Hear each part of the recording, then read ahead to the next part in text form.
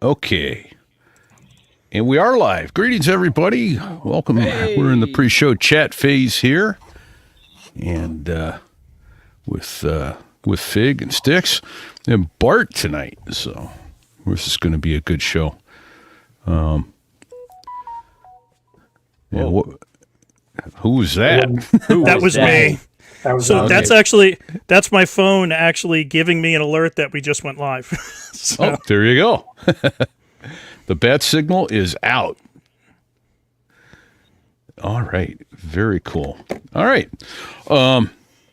So what we'll do, let me make sure everybody can hear things, among other things. Can you hear this? Quiet, numbskulls. I'm broadcasting. Yes. Good. All right. Because I don't know how many times I've started and that doesn't come through.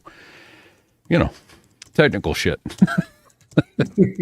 So what we'll do, Bart, is we will go through the musical sound like this, and it'll fade. So.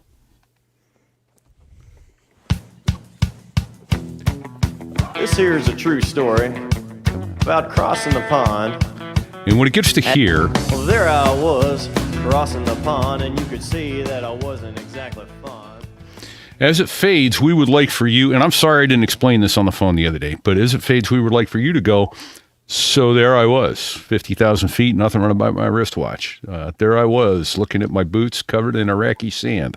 You choose the story. Just a quick 30-second tease that we'll circle back to at some point during the show.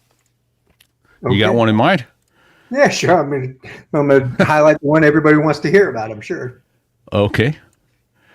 Sounds good to me. Yeah, man. I remember the first time I met you, you were just back from that. I think we were at Curly's house. Oh, boy. Yeah. Jello shots, baby. I love that guy. Love that guy. Yep. Don't recall you doing donuts on the lawn that night, though. No. All right. We may have been at Ripper's house. I don't remember. All right. We got a comment here. I've lost my mouse. There it is. Yeah, welcome aboard, Dizzy.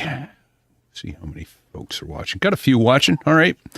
So, everybody ready to start? Yeah. Yes. All right. All right.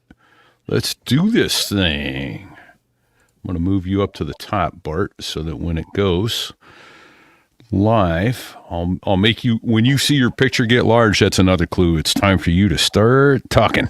Okay. All right. All right. Come on. All right. Notes. Here we go. Quiet, numbskulls. I'm broadcasting. This here is a true story about crossing the pond at night in the world's smallest cockpit, on the tanker, through the weather. Oh, and to the tanker crew who did that, thanks a lot. We really appreciated that. I'm just kidding. No, I'm not.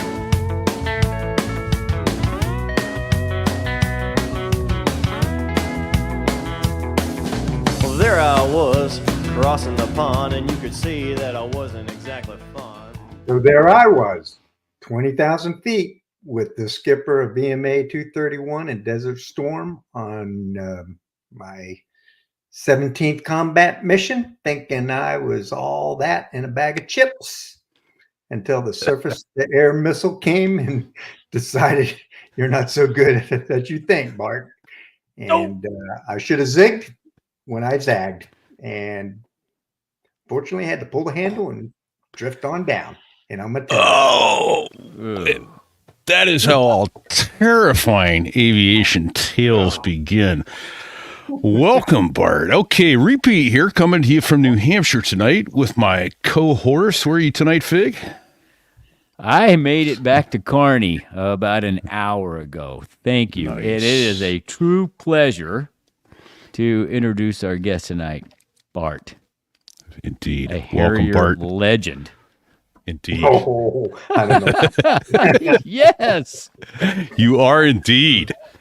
So we'll get through your career, and regardless of whether you think the Marine Corps made a mistake or not, there are a whole lot of us that are glad you got to go and do the things you did and be where you were, because it's always nice when a good guy gets to a point he's able to help things out. So, but yeah, started off in ROTC at University of Florida. Yeah. Yeah. Okay. Because I'm from Florida, and grew up in fact, the town that I'm living in right now, DeLand, Florida, DeLeon Springs. I'm near Daytona Beach. Yeah, so I was not the perfect child going through school, high school. Yeah, I was kind of very average. But one thing, I was very independent, wanted to, I just loved a challenge. The worst thing you could say to Russ Sanborn when he was 16, 17, 18 years old was tell him he couldn't do something, and that just, you're throwing the gauntlet at my feet. And so I decided, hey, I'm going to get, and my parents were fairly well off. They could have afforded school, but I was bound and determined to do it on my own. And remember, this is back in 1986, 81 when I graduated. Okay. We didn't have internet and all that stuff and cell phones. And so to get a scholarship, you had to write papers and send in the mail and, lick a stamp and, and ask the Marine Corps. Like a caveman. You had to lick a stamp. it was caveman. Anyway, I remember I applied for an ROTC scholarship because I wanted the challenge of, being a Marine. And here's the crazy thing. This is how dumb I was. I did not realize that Marines had aviation assets. You were not the first person to say that. I thought Marines just, ran around in the jungle, right? The Vietnam era, not desert, but just, we ran around in the jungle. And so when I actually went to the University of Florida, and I remember walking down the hallway and I saw a picture of an F4 with Marines written on the side of it. And I go, wow, that's a really cool paint job. And the gunnery sergeant, that's the Marine ROTC guy that's in charge of you there. He goes, what do you mean that's a nice paint job? And I go, yeah, look, they painted Marines on the side of this jet. And he goes, we have jets. We have helicopters. We have artillery. And I'm like, what? Tell me more. I go, so I can fly jets and helicopters in the Marine Corps? And he goes, son, come sit down. We got to talk. And that's how naive I was about the Marine Corps. But I remember getting that letter in the mail that said, hey, Mr. Russell Sanborn, we're going to give you a full ride scholarship at the University of Florida, but you got to pay him back. And I went and sat at my dinner table and I told my parents, I said, hey, I got good news and bad news today. And they go, what's that? And I go, good news. You don't have to pay for my college. And they go, what's the bad news? I go, the Marine Corps is going to pay for it. And it's, and my parent, and I came from no military background, no fathers, no uncles. I mean, they're like, Marine Corps, aren't those the people that shave your head and you run around the jungle? They were so naive. They were trying to talk me out of it right then and there. And, I'm like, nope, that's what I'm doing. I'm going to join the Marine Corps. So that's awesome. And here's the crazy thing. So, you go into the Marine Corps, you spend 33 years in the Marine Corps. Your dad and mom have no clue as to really what you do for a living. They're very proud of you. In fact, when I made colonel, I remember I get a letter in the mail from my mom, and it's addressed Colonial Russell Sanborn. Colonial. I go, Mom, Colonial. She goes, I don't know that rank stuff, Russ. I've been in for like 25 years by that point. Yeah, right. That's like, good. Yeah, I know you're in the Marine Corps and you fly jets. You're cool, son. There's no rank among lieutenants, and apparently there's not any among family either. No, they just don't care. You didn't impress them much. Yeah, I don't impress them at all. You know, they're like, oh, Colonial Sanborn. Colonial Congratulations, sir. Russell Sanborn. Congratulations on your promotion. Yeah. Thank you. Right. That's great. You'd have gotten a call sign out of that, except it's too long and hard to say. Yeah, that's right. So, okay. In fact, let's not forget to circle back to call signs here in a bit. But so that's when you became interested in aviation. So no flying whatsoever before joining the Marine Corps. Never flew other than a commercial airliner. And in fact, when I went to Pensacola, I almost DOR'd, drop on request, after my fifth vomiting episode in a T-34. Oh, no. Oh, shit. And I remember flying with a P3 guy. He was my on-wing. You know, and mission 1 threw up, mission 2 threw up, mission 3 threw up, you know, and I'm like, hey, dude, I don't think this is for me. It's hot in Pensacola, it's bumpy. And I remember him sitting down and goes, hey, you know, half of you do this. Eat a little bread, you know, stick the vents on. Basically, he talked me into sticking it out. And by the 4th mission, you know, I was queasy, but I didn't throw up. 5th mission, queasy, didn't throw up. And finally, I got the hang of it. But boy, I was on the edge of. Wow. And you're going to hear so many of these stories of, you know, an inch one way or the other would have been a different outcome. Oh, you bet. Right. And I could have easily on that 5th flight said, I'm done. You know, I guess I'll go run through the jungle, you know, with my M16 and call it a day. But stuck it out. Nice. That worked out pretty good in the long run. Yeah, it did. Really. You know, but hey, let's be perfectly honest. Russ Sanborn is not the ace of the base. My son is a helicopter pilot, you know, and you know, there's the jet draft. Everybody's heard that, right? In flight school. Right. And by the grace of God, there was a jet draft going on. Average Bart, average pilot. You know, I'm at average flight grades, T-34s, picking, you know, hey, you're going to go fixed wing, you're going to go rotary wing. And I'm like, hey, I'd really like to go fixed wing. And like, well, congratulations, because we really need fixed wing pilots. And wow, you know, it was meant to be. Bart, it was meant to be. I'm in the club, but I'm not crushing it, baby. Yeah, well, and they stuck, and you know, they put you in Harriers. I don't know, back then, did they have the minimum cutting score to put a dude in Harriers? Because for a while there, then it was F-18s were just coming out. So, you know, 1988, F-18s were brand new. RF-4s were still available. EA-6Bs were available for fixed wing. Yeah, and you probably couldn't get. They weren't putting guys in A4s anymore, right? No, A4s were still part of the training command, but they were gone. Everybody was going 88s. And so I put, believe it or not, I put F-18s because it was the newest, brightest, shiniest airplane. Harriers number 2. And baby, I wanted RF-4s as number 3 because I wanted to go Mach. Right. Yep.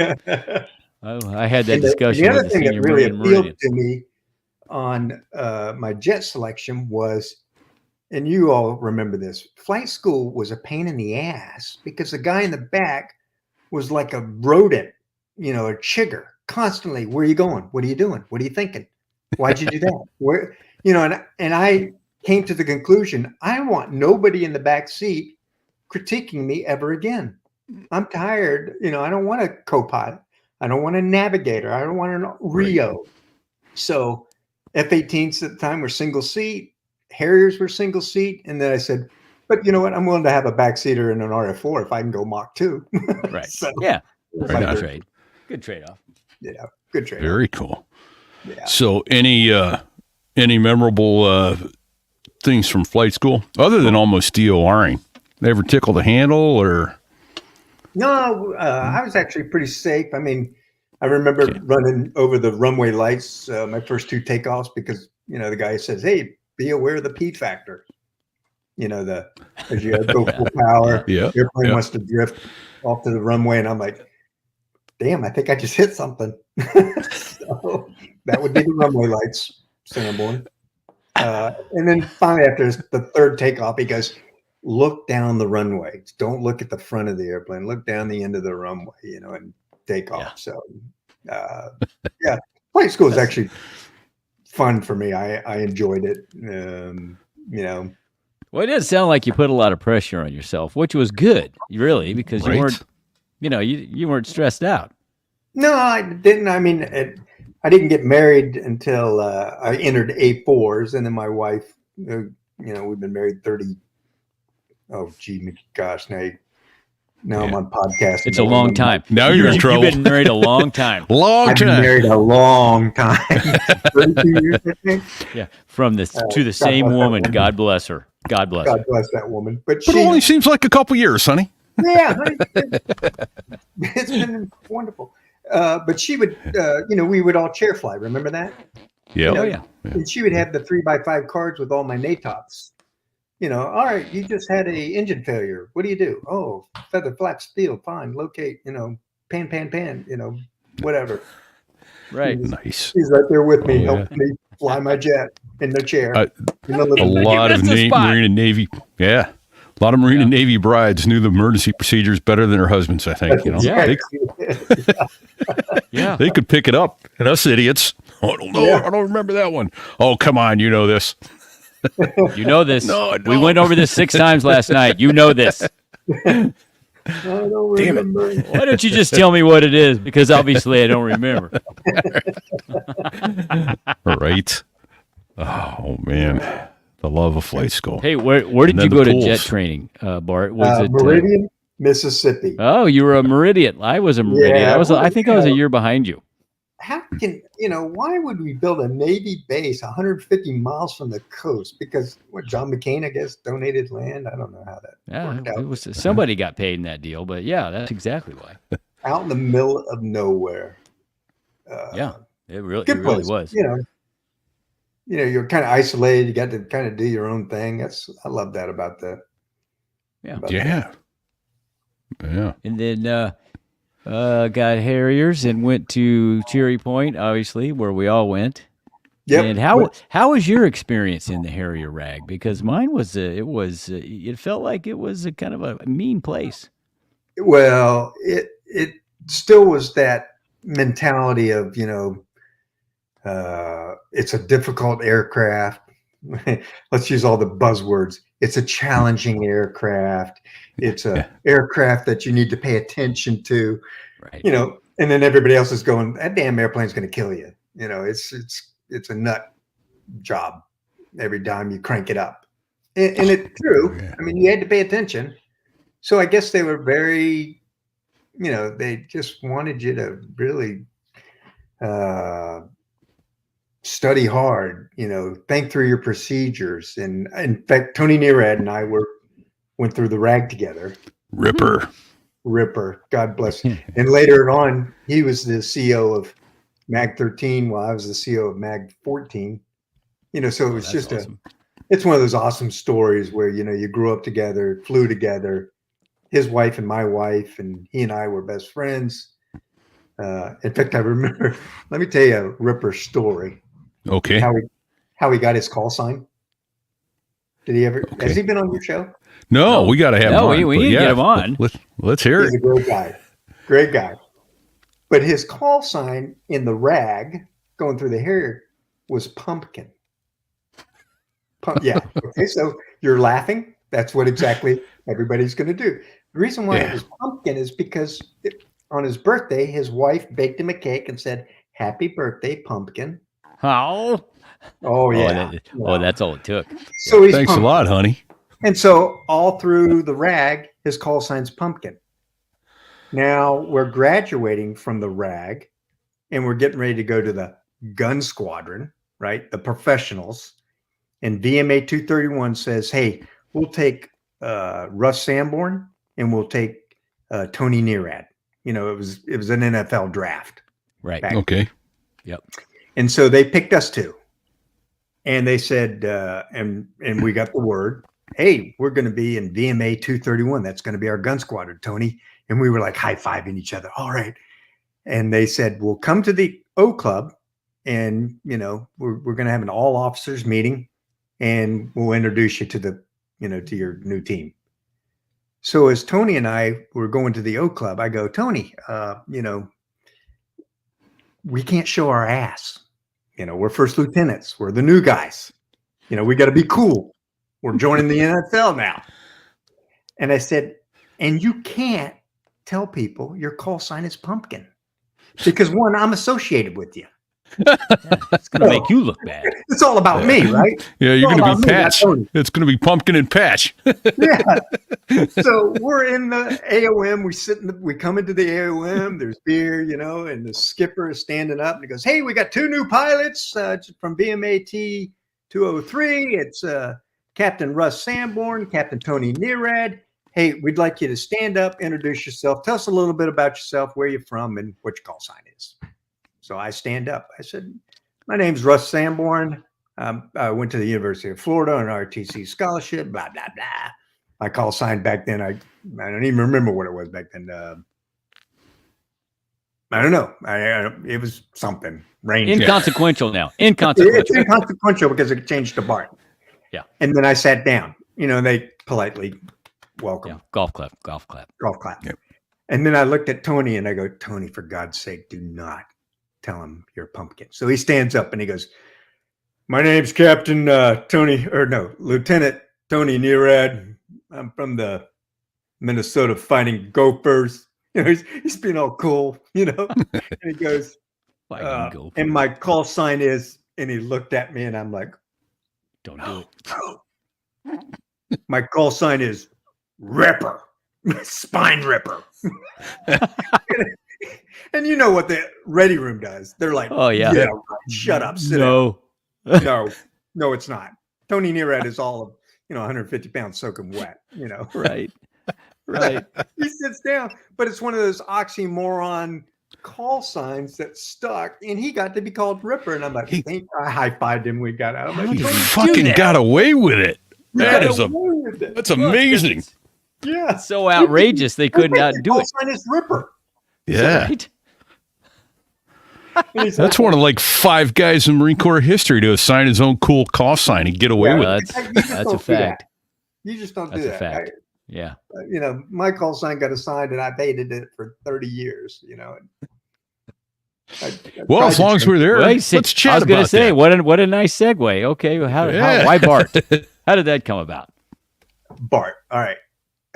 Remember The Simpsons? The Yes. show? Yeah. 1989, it first came on. It's been playing Okay. ever since then. And so that Simpson guy had a sense of humor, bald or flat top. And I had check out, well, you can't see it because this is a podcast, but I used to have a hair. I used to have a flat top, and I kind of like playing jokes, practical jokes and stuff like that.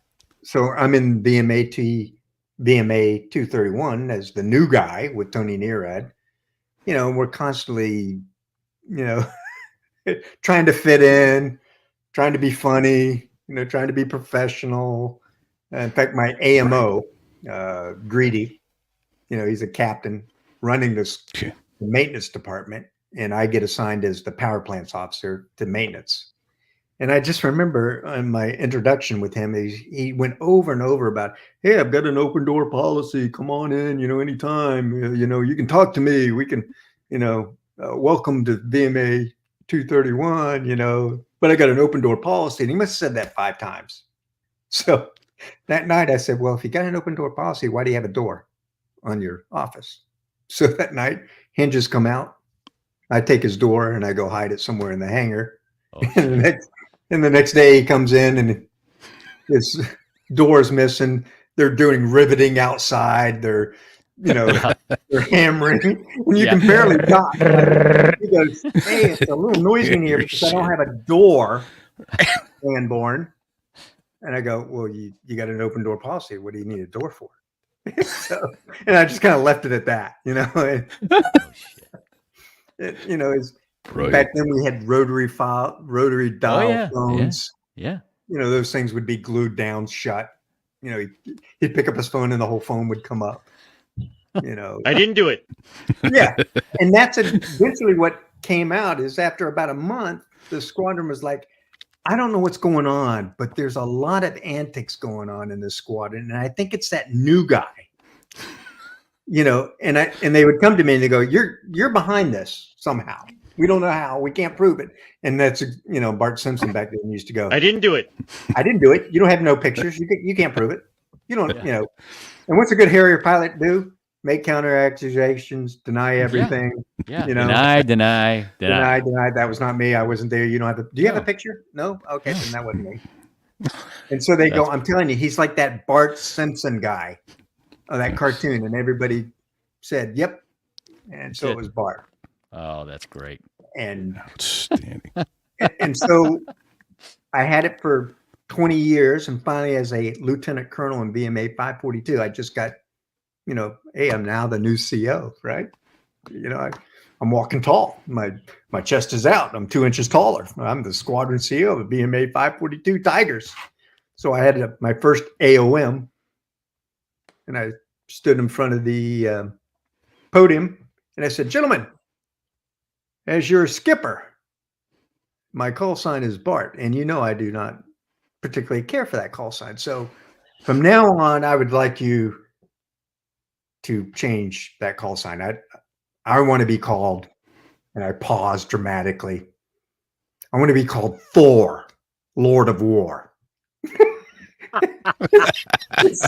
With a straight face. You did this with a straight face. This with a straight face, thinking, no. Hey, I'm the CO, right? I'm supposed to have all this power, and I'm supposed to be somebody. Yeah. And this captain in the very back of the room goes, yeah, right, Bart, sit down. Mistakes were made. I knew right then, I will never change this call sign. I have no power, no authority. I hope they just listen to me and stay out of trouble. Oh man. Well, it must have worked out. It must have worked out. Right? I love these guys. I love those guys. There we go. All right. Well, in accordance, hang on, Fig. In accordance with our new format, we're shortening everything down. So we're going to do probably 3 shows out of this. So everybody, thank you for joining us this week. We will be back next week with more with Bart, and we're going to also hear more about that missile striking him in the backside over the Iraqi desert at some point, I'm sure. So. Yeah, right. So thank you for your service, Bart. We greatly appreciate it, and we will chat more with you next week. Hoorah. Break. All right, there we go. Yeah. What is that? Hey, right? Karate.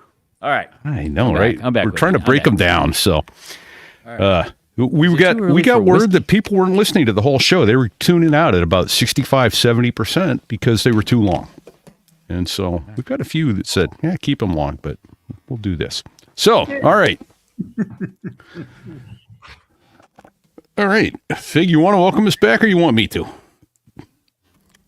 I'm all confused right now, but I'll give it a shot. All right. There we are.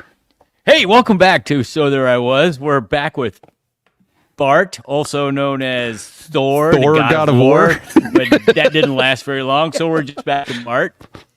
And about 4 seconds. Less than a minute that call sign's lasted. It was awesome. It was awesome for a minute, and I really appreciated that. I was there with you. I thought, what a great way to make a change. You're the skipper of the squadron. You should have what you want. And then the captain in the back of the room said, yeah, no, sit down, Bart. Sit down, skipper. Sit down, Bart. I had to, Sticks put the VMA 542's squadron patch on there it is, squadron emblem patch. And it reminded me when we were out in Cherry Point in May for the air show, Repeat and I, along with a couple other old Harrier guys, got a tour of VMFA 542 in the new F-35. And Chewie was very gracious to give us a hands-on tour of the airplane in the hangar and let us play with his, $1 million helmet or whatever they cost these days. It was pretty cool. So, when were you the skipper of 542? 2004. Went to Iraq with them. Remember Lieutenant Colonel Arnold? So we actually went there. Iraq 2004. And then we did a change of command in Iraq. in 2004, June of 2004, and I stayed there till November of 2004 in Iraq, and then I had the squadron for 2 years. Oh, but it awesome. was a great. Were you flying out of? We flew out of Al Asad, Iraq. Al-Assad, yeah, that's what I was thinking. Yep, and remember that was just we just had done the Fallujah attack, the first Fallujah attack. We stopped it about 3 weeks early. 3 weeks early. 3 weeks into it. 2 weeks into it. Who was it? General Amos was the MAW commander. Okay. And then we did the second Fallujah attack. What was that? November of 2004. And so, Harriers were all over that. Just awesome opportunity to participate in, city fighting, with a Harrier, with lightning pods, precision strikes, and Marines doing what Marines do best at. City fights. So tell us about, briefly to interrupt the flow probably, but tell us about that lightning pod, because when Fig and I left Harriers, that thing was, that was not in existence yet. No. Looks like a pretty cool radar, piece of gear. We didn't have the APG-65 or the lightning pod when. Well, you know what? So if people Google me and they see all the medals and ribbons, and I'm proud of all of them, but it's basically your resume, right, on your chest. Sure. And, and everybody goes, and it's all the way it's designed is, the most highest one is first, and then the second and third, and, and blah, blah, blah, blah, blah. But way down there, is this meritorious service medal I got when I was at NAB Air. I was the assistant program manager for systems engineering at Pax River, right? And so this is way back in, when were we in Pax River?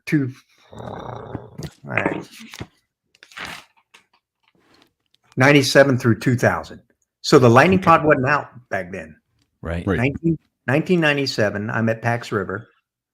And what an assistant program manager for system engineering does is anything that an upgrade to the AV-8B, you design it, you test it, you get funding for it, you put it on the Harrier. And so like you were talking about, we were putting lightning pod on there. We were working with the Italians and the Spanish to put AMRAAM on the airplane and JDAM on the airplane, right? It was a three-way circus. And at the time, the F-18 had the Nighthawk pod, right? And so all of a sudden, with that. The Israelis, it was the original version of the targeting pod. Okay. But it was, think about how do you equate it? A flashlight, that's just a big flashlight. Nowadays we got, flashlights that can really zoom in and have ultra high illum and all that. So the Nighthawk. So what? Bottom line is the NAV Air folks said, "Hey, Harriers, remember Harriers always were at the bottom of the barrel for funding anything." And they're like, if you want a targeting pod, you need to buy the Nighthawk, and you need to get on board with the F-18 and, and share resources and all that. Well, the F-18 guys didn't want anything to do with this because our airplane does vertical landings. It rattles, it shakes. We have a lot more heat. So that made the design requirements, when they're building the Nighthawk targeting pod, instead of being a $2 million pod, it's going to be a $4 million pod to meet our requirements. So they basically said, "Hey, stepsister, go kick us to the curb." Ugly stepsister. Ugly stepsister. Yeah. Well, the Israelis and Northrop Grumman, Raphael and Northrop Grumman came to us, and this is a complete fluke. And I thought it was all a scam. And they said, "Hey, we've got this thing called a lightning pod, and we'd like you to demonstrate that you can use it on the Harrier."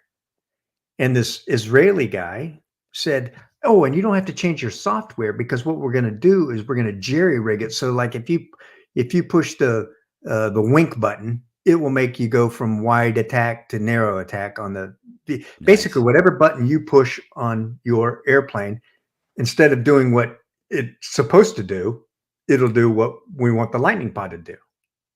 And I'm like, okay, and I'm not an IT guy, but I pushed the I believe button, and they said, we'll fund the demo. We'll fund, all the software and all the writing if you'll just let us take this pod, take it to China Lake, put it on a Harrier, and prove it to you. So we did a little demo, and sure enough, it was Punky Brewster. Oh yeah. Oh yeah, Punky Brewster. Punky Brewster was the test pilot. And he's like, hey, I want the button to do this. And when I do this, I want the pod to do this. And he goes, and the Israeli guy was always like, no problem. I can do that. He'd always say no problem. I can do that. And then Bob Claypool was our money guy up at headquarters in Marine Corps. I needed $500,000 to do this demo. And I was the engineer to put it all together. Bottom line is we got this lightning pod demo, made a tape of it, took it to Assassin, Lieutenant General, McCorkle, Fred McCorkle. Assassin. Yeah. Shooting people in the back of the helicopter. Vietnamese. Fred McCorkle, if you're listening, we want you on, sir. Yes, he was an awesome guy, but I had to go pitch the lightning pod to him and say that, hey, we don't want to buy the Nighthawk one because it's too expensive. It's $4 million a pod. It'll be another 5 years before we get it. However, I can buy 14 of these right now, by getting on this Air Force, Air National Guard contract. It's all mumbo jumbo, but basically typical Marine Corps, mafia. I figured out a way to get on the contract. We can get it cheaper. We can get it faster. We can get it fell off the back of a truck. We're going to get it. Right. Deal. I mean, I'm surprised you didn't go, walk them out of a hangar next door in the middle of the night. Yeah. I know where I can get 13 of these things tonight. Forget you about just gotta believe me, boss. Forget about it. And Lieutenant General McCorkle, he kind of shook his head. And I remember, he has his minions behind him. They're going, that's unexecutable. It's, it's not feasible. And McCorkle, thought about it and he goes, go buy 14 of them. Here's the money. Oh, that's and I'm badass. Like, holy mackerel. We bought 14 of these. Boom. And from there, it went to Lightning 1 and the upgrade to Lightning 2 and then blah, blah, blah. And it snowballed. But that was way back in 1997. And they wrote me up for a meritorious service medal. Back then, it was, I think I actually helped the Marine Corps. We were never going to get a targeting pod. We were never, by hook, crook, and probably illegal contracting and everything else, we finagled to get 14 of these pods just to prove the concept. And from there, it just snowballed, and all that. And so every time I look at that, I'm like, there it is. There's one hanging right there. Yeah. And then, later on, we put it on this, we had to design it to put it on the center line. It used to always be on the right, on a pod, taking up a station. And it just got better and better and better. And in fact, I remember in 2003, I was using that, one of the early versions of the Lightning pod. The F-18 guys were using the Nighthawk, and it was nighttime. We were off the USS Baton, and I had my pod on, and I was lasing and using the IR marker and and up there, everybody's up on the same net in Iraq. Mm-hmm. Yeah. And I remember the F-15 guys going, how are you, we're up at 15, 20,000 feet. And I'd go, no, you don't want to hit that target. That target's already been hit. And like, what do you mean it's already been hit? And I go, because I can see in my Lightning pod, the acuity I've got is it's already been hit. And they go, well, which one hadn't been hit? And I said, well, let me put a laser marker on, the revetment, 100 yards away. And they go, that one right there. And they go, all right, hold it there. I'm going to drop a laser bomb on it. And all right, I go, giddy up. And they go, finally, after, 4 or 5 of these runs, they're like, what are you carrying? And I go, can't tell you. Yeah, I can't tell you, dude. I said, it's the Lightning pod. And they go, oh, we got this piece of shit Nighthawk thing, and we can't see. It's all granular and it's all, and I'm like, all right, well, buy some of our stuff then maybe. Yeah, see, and that's how it's supposed to work, right there. Yeah, it was beautiful. Yeah, absolutely. That is outstanding. Well, so where did thank you those for first that. 14 go? Did you split them up amongst gun squadrons, or did one squadron get them all? Exactly. Then the politics got in all of it. Yeah. So you get 14 of them, and you get 35 Harriers and 6 or 7 squadrons. I think we gave like, 2 per squadron, Okay. and if they broke, then it was up to each mag to manage, hey, if you're 2 broke, but you're going to war, you can take all 4. I mean, we let the mags figure it out, but that's Okay. basically how it was divided early. Okay. Yeah. But then every jet had one by the end, right? Yeah, by the end, well, once you started proving the concept and upgrading it, and it got better and better, the displays got better and better. It just, it took off, and Right. yeah, and had to carry, like in Desert Storm, where I had to carry 6 Mark 82s, drop all of them, and hope I hit something. Now you're putting the Right. Put it right through the window. Now. Yeah, now you're lasing it, and you're tracking it all the way to the impact. Yeah. And so they bought 1 per airplane. I don't even know how many they finally bought, but God bless them for finally putting the money up. Well, that's pretty awesome, and that was your baby. Oh, Like, I was involved in it. Yeah, you well, No, yeah, it's you fantastic. were the guy there that made it happen, though. and You and and it Punky, was and so much. that's awesome. It was so much mafia going on. I mean, Yeah. if you did it by the book, how acquisition requires you write a contract, do this design, do this development.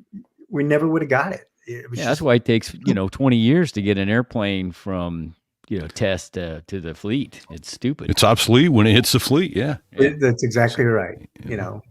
That's it. There it is. Yeah. Oh yeah, look at That's that. beautiful. It's got a bone locked up. Very nice. Thank you, Sticks. So that was a photo awesome up picture. on our. Yeah, indeed. That was a photo up there at on the live stream. If you want to see, go look for it there. It's at about let's see, 41 minutes into it. Yeah, 41. But for this show, 41 minutes into the live stream. There you go. Yeah. So which is up on YouTube. So that's outstanding. Damn. And so you took over this 542 in the desert. Yeah, and that was unusual. And Okay. at that seems time, like it should it. I just remember I was the XO. I was waiting to take over, and and as soon as we had a change of command there in combat, it was literally, I don't know, 10 o'clock in the morning. Do a quick ceremony by 11 o'clock on the CO. By noontime, the old CO is on an airplane, flying out. Slam Arnold, great guy. God bless him. I mean, he was just super turnover. And then now I got a squadron, and I'm in BMA 542 at Al Assad, with my, and at that time we had not only 542 with our airplanes, but they also gave the debt to me. Gosh, I can't even remember the debt, that 6-plane debt they assigned to me. Was it plus a Yuma Squadron? Yeah, Yuma Squadron. And I don't. I just remember 20 plus 36 was 26. Plus I had 6 more BMA 542 on a boat debt. So you're a squadron CO of 32 Harriers. Wow. That's a reinforced squadron. Yeah. It was kind of cool, but you don't have direct control over the ones that were on the boat debt, but they technically were yours. And that actually sounds worse to me, because you're going to get your nuts chopped off if they screw something up, but you don't have any control as to what's going on. Repeat, that is so true. I mean, you know how the Marine Corps is. It's like, Yeah. as long as you're doing good, we love you. But as soon as you pump one into the stands, you're done. Yeah. Yeah. Out of that tour, here's a good story for you. So out of that tour, to relate to what you just said, VMA 542 was nominated and awarded AV-8B Attack Squadron of the Year, right? When we came out of Desert Storm. So I go to Las Vegas, and I stand up there and I get the award, on behalf of BMA 542. I come back to Cherry Point, and it's now 6 months later, so it's like 2005. We'd been home from the war for about 6 months, And O.D. Bachman punches out of one of my airplanes. He's doing lat in Pamlico Sound, and he's flying around, and he climbs, rolls over, and the airplane has a vapor lock or something like that. But basically, it blows up. He punches out, and there's an AV-8B splashed in Pamlico Sound. He's okay. The airplane's trashed. I go see him at the hospital and all that stuff, but I crashed an airplane. 5 days later, I'm sending out across country, and Lieutenant Colonel, he wasn't a lieutenant colonel back then, but School is coming home from across country, and he gets a total electrical failure that's never been done in the Harrier before.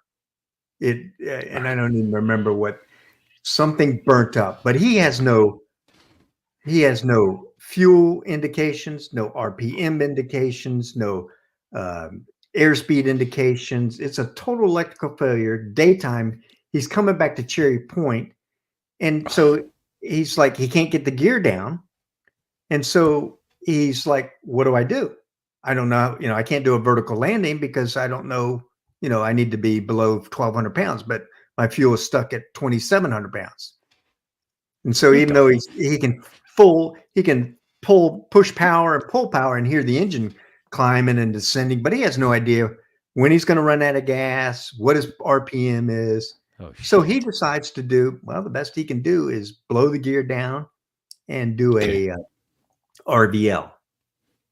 And rolling vertical landing. Rolling vertical landing. Slow as he can, but he doesn't realize that his nose gear didn't come down because there's no indications. Right. That the gear is up or gear is down. Yeah. No Bottom line, he lands the airplane and the nose isn't down. So when he lands, the nose does hit the ground and snaps breaks the nose of the aircraft. And it's a radar aircraft, right? So those are free. Yeah, those are a couple $1 million worth of damage. So there's another Class A 5 days later. Oh boy. So here's the story. 6 months ago, Lieutenant Colonel Russ Sanborn, Bart, rock star, Squadron of the Year. Squadron of the Year. 6 months later, I'm standing in front of the group skipper's desk at parade rest. And the comment is, I would fire you today if I could find another lieutenant colonel.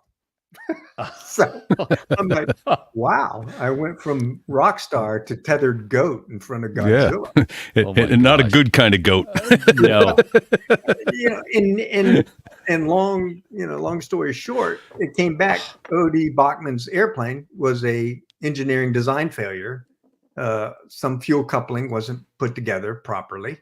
So it wasn't like a maintenance malfunction, wasn't something we did, wasn't operational, wasn't, he did something bad. On Schoolfield's airplane, same thing. They had never seen this failure. It was a design mechanical failure on this black box, that shorted out, caused an electrical failure. A year later, they designed some major fix to make it fix it, or whatever. But that doesn't matter, right? When you crash 2 airplanes in 5 days, somebody's got to, be sacrificed on the altar. There is obviously a leadership problem going on. There is a leader. I have lost confidence in you. You have lost control. You are a has-been. You're a loser. My gosh. And I went back and I had an AOM and I told my squadron, I said, guys, the only reason I'm your CO is because they can't find a lieutenant colonel to replace me right now. But as soon as they do, thank you for working for me, and I love you all. Yeah. Oh my gosh. Hey, as a side note, O.D. Bachman, was his call sign BTO by chance? No, it was OD. Overdrive. Okay. Overdrive. Great guy. I think I went to fac school with him. Actually. Yeah, he was one of my WTIs. Just a rock star. Nice. All right. Great story, though. Holy shit! I'm glad you didn't get fired. Yes, or did you? Same here. he moved on. I moved on. I made it through. I mean, right? Oh my God. But that's the Marine Corps for you, right? The Marine Corps Exactly. is always looking for somebody to pin the tail on. How true was it? I mean, were there no lieutenant colonels, or was he just saying that? Well, he was kind of he was a wild card himself. It was just a good old fashioned ass chewing, is what it was. Yeah, it was. He needed to chew ass. He needed to say vent. he did something. Yeah. And he needed to vent. Get it off his chest. As Marine officers, we all know that, you got your problems, your boss has problems, your boss's boss has problems, and everything flows downhill. So yeah. So he probably had his ass. He probably had his ass chewed an hour or two before, and he was going to have yours, right? Yep. And I remember Dog Davis was my commanding general when I was the MAGCO, and I loved that man.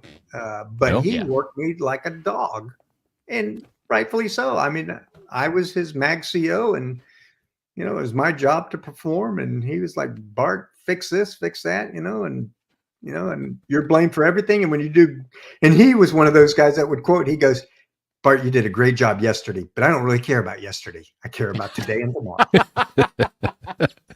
and I was on board with that, because what have you done for me lately? Exactly. What have you done for me lately? Your fitness report is based on your performance in the future. I think you're going to be a great, whatever the next rank is. Nice. Yeah. So nice. Pressure, baby. Pressure. No. That's why I have no hair. There you go. Oh my gosh! You've got a massive head of hair, for crying out loud. That's a beautiful head. Well, compared to Fig. Yeah, compared to you, Fig. Yeah.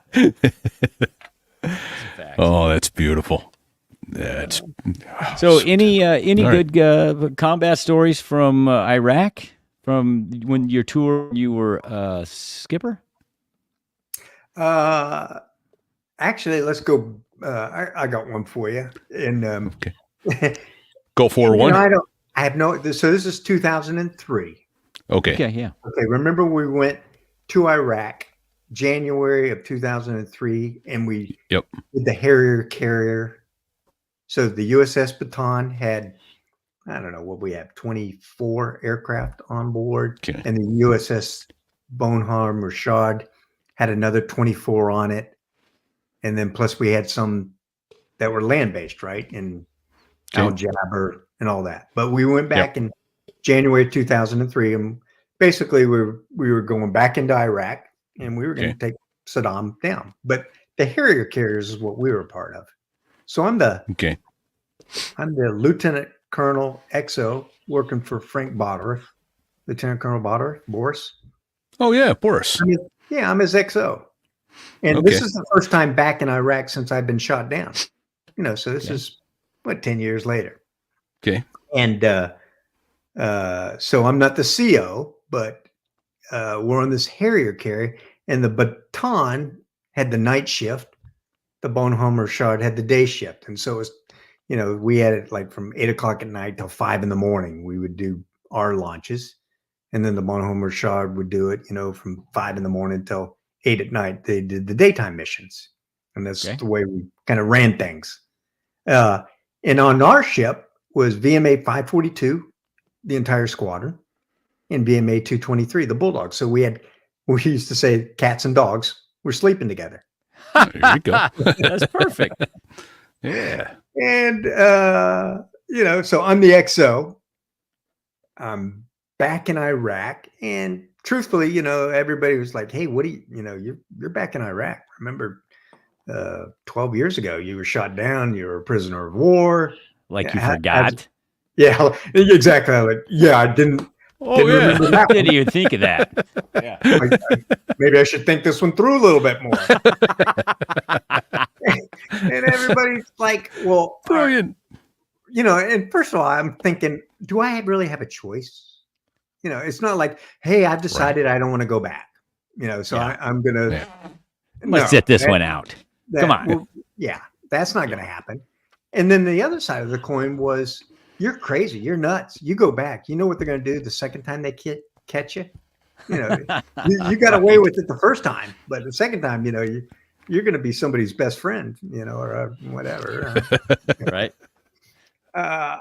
So I just kind of discounted, and then they also thought about, well, are they even going to let you go back? I mean, is there some policy or rule that says, hey, you were shot down, you're a prisoner of war in World War II, you can't ever go fight the Germans again, or you can't fight the Iraqis again. Right, sure. And I'm like, I have no idea, but I'm not going to ask the question because that just opens up a can of, once you get lawyers involved, and policy people. That sounds like a bad idea. So Boris, God bless that guy, I love him too. He said, Bart, just shut up, and you're my XO. We're told to go get on the ship and go get on the ship. Get on the ship, and that's the Marines. What do? We do what we're told, right? We hear gunfire, we run to it. And so I was the XO on board, and now I have a family. I didn't have a family in Desert Storm other than my wife, but now I've got a 10-year-old kid. And as I was getting on board the ship, he goes, Dad, so you're going back to Iraq? And I go, yes, sir. Yeah, I am. And he goes, all right. Well, this time, son, my son says this to me. He goes, and a 10-year-old. Well, this time, Dad, fly higher, fly faster. So I'm like, you got it. You figured it out. Sage advice from the mouths of babes. Yeah. Fly higher, fly faster, Dad. And so, that's exactly what I did. Anytime I was over Iraq and bad guy territory, I was like, damn, that throttle doesn't go far enough forward. Great. And can we get a little higher? Let's go a little higher. Isn't there an afterburner on this thing? Yeah, exactly. And where's my second engine? But anyway, I we would fly night missions off the Bataan. I flew this 4-plane division, and I don't know why I did this. But as the XO, I told the guys, hey, let's do something different. That's like a first lieutenant saying, hey, I got an idea. Yeah. Hold on. I got a question. Yeah. What could possibly go wrong? I got an idea. I'm not sure why I thought it through. What's this? But I convinced these young captains that were flying with me. I mean, I guess they respected me, and they're like, hey, he's a lieutenant colonel. He knows what he's doing. And I said, okay, we're going to He's been shot down. It'll never happen again. Yeah, he's prone to not wanting to get shot down, right? So we're safe. Yeah. And Saddam Hussein was shooting, missiles at us as we flew over in AAA. But so we took off, and I said, hey, instead of doing our little, 4-plane that, you're cleared in, clear, Fox, drop your bombs. All right, coming off target. Now the next guy in from a different piece of the sky, all very tactically sound. For some reason, I got this wild hair up my ass, and I said, oh boy, let's do echelon right, like they did in World War II. One airplane, 2 airplanes, 3 airplanes, 4 airplanes. And I'm the lead, and I'm just going to roll in on my back, do a 30, 45-degree dive, on whatever target they get us. Dash 2, you just followed like 10 seconds behind me. Dash 3, 10 seconds behind. There you go. There's the picture. Oh, and they're like, okay, haven't done that in a long time or practiced that but that's what the skipper wants to do. We're going to do it. So sure enough, we get assigned a target, and we got radar strobes, SA9s and 13s, but I'm like, okay. We got those all the time. So I roll in, and of course, Dash 1, when he rolls in, right, nobody knows you're coming, right? You're the first guy down the chute. Sure. So I get up, I roll in, I drop my bombs, I pull off. Dash 2 rolls in. They're now awake and alive and see you coming, so they turn it on their weapon systems and start shooting. Dash 3 is diving through a hailfire full of AAA SA9s and 13s coming at him. And Dash 4 says, hell no. I'm not. He starts it, but he quickly pulls off target. We end up reforming finally.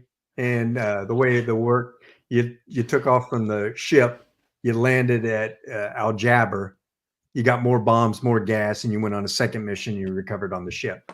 So when we landed at Al Jaber, we all gathered around, got our intel up brief for the second mission, and all three of them looked at me like, "Goes, what the fuck were you thinking, Skipper?" XO. And I go, yeah, that probably didn't work out so well. We're not going to do that on the second mission. So,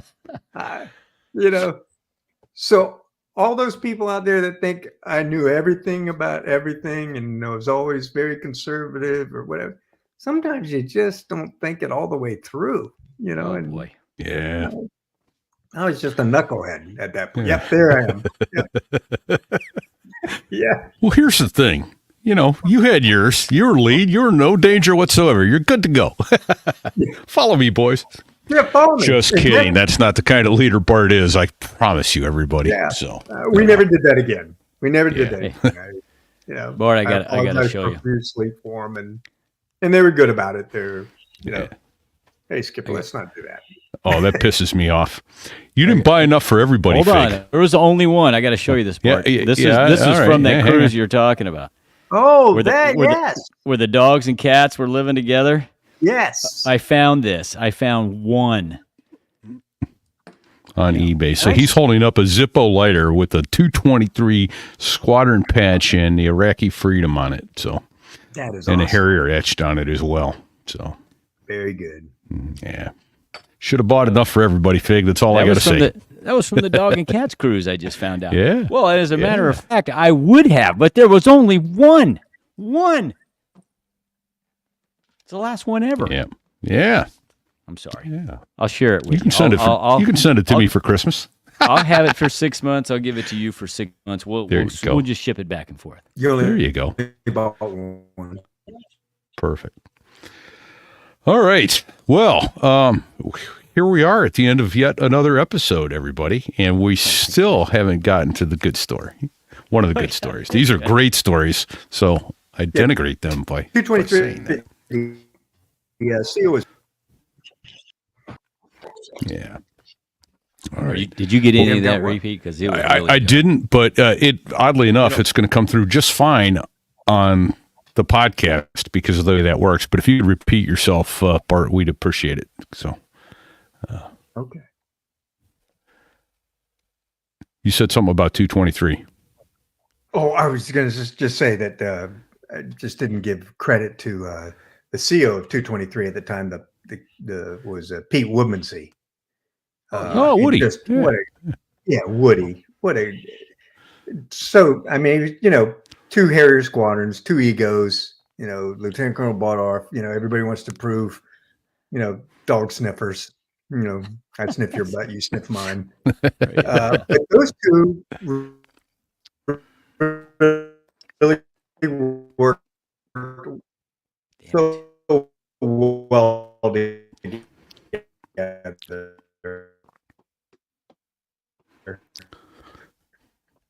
Boy, oh boy. Yeah.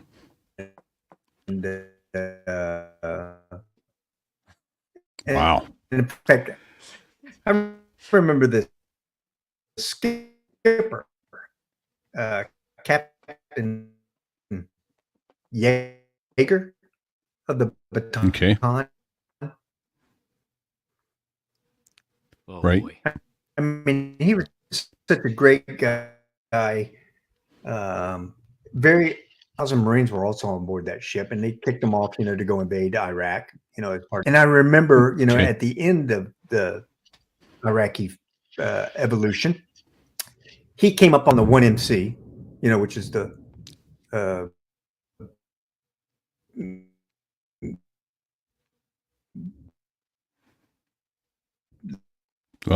the voice comm for the whole. Yeah. And he goes, all right, Baton, tomorrow morning, been in Iraq for the last 45 days. They are dirty. They are tired. They are angry. Lord, them, each and every one of them. You're going to let them be muddy and smelly. Yeah. And stinky. We can clean in the ship later. Nice. But Nice. This for sounds 48 hours, leave them alone. Leave them alone. Let them eat whenever they want. The chow hall bells and the whistles that the ship has every, at zero sweep down. He was one of those kind of guys. And so sure enough, when they came aboard, I mean, the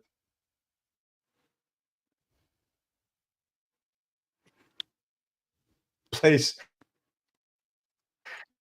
was 48 hours. Nice.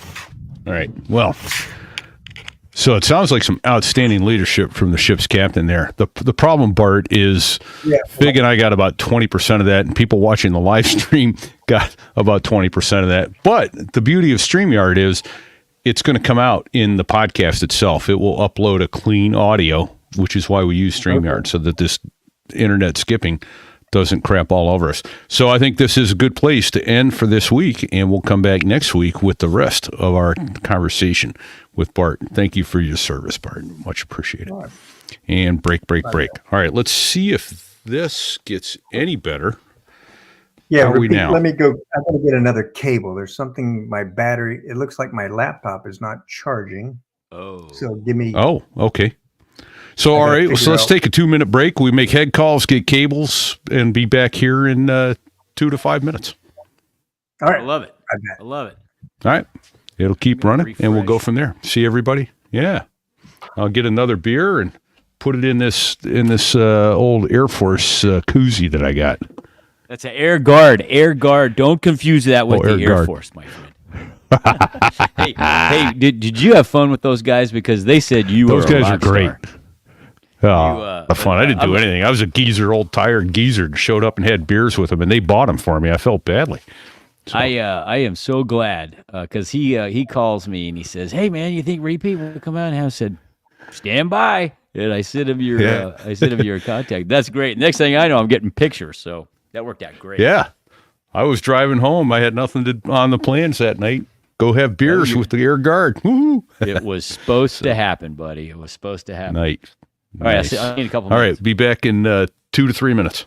Bye. Back.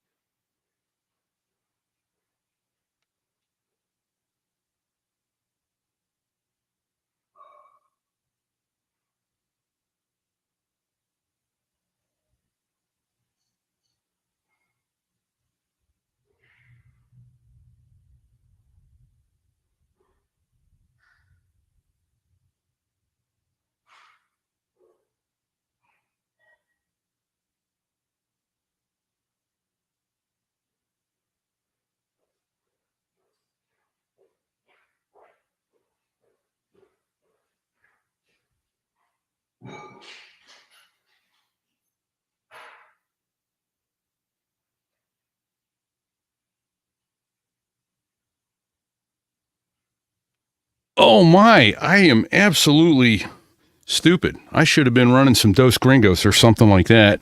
and I wasn't even smart enough to do that. While we're waiting for them to get back, let me find a Dos Gringos song. Let's go for this.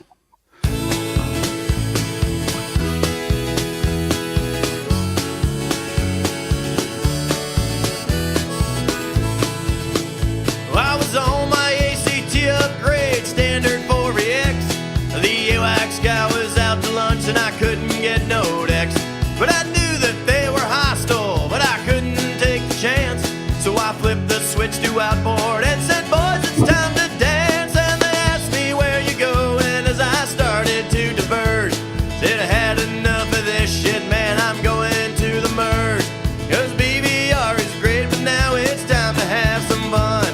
So Dark Star Judy Judy, I'm going in for guns.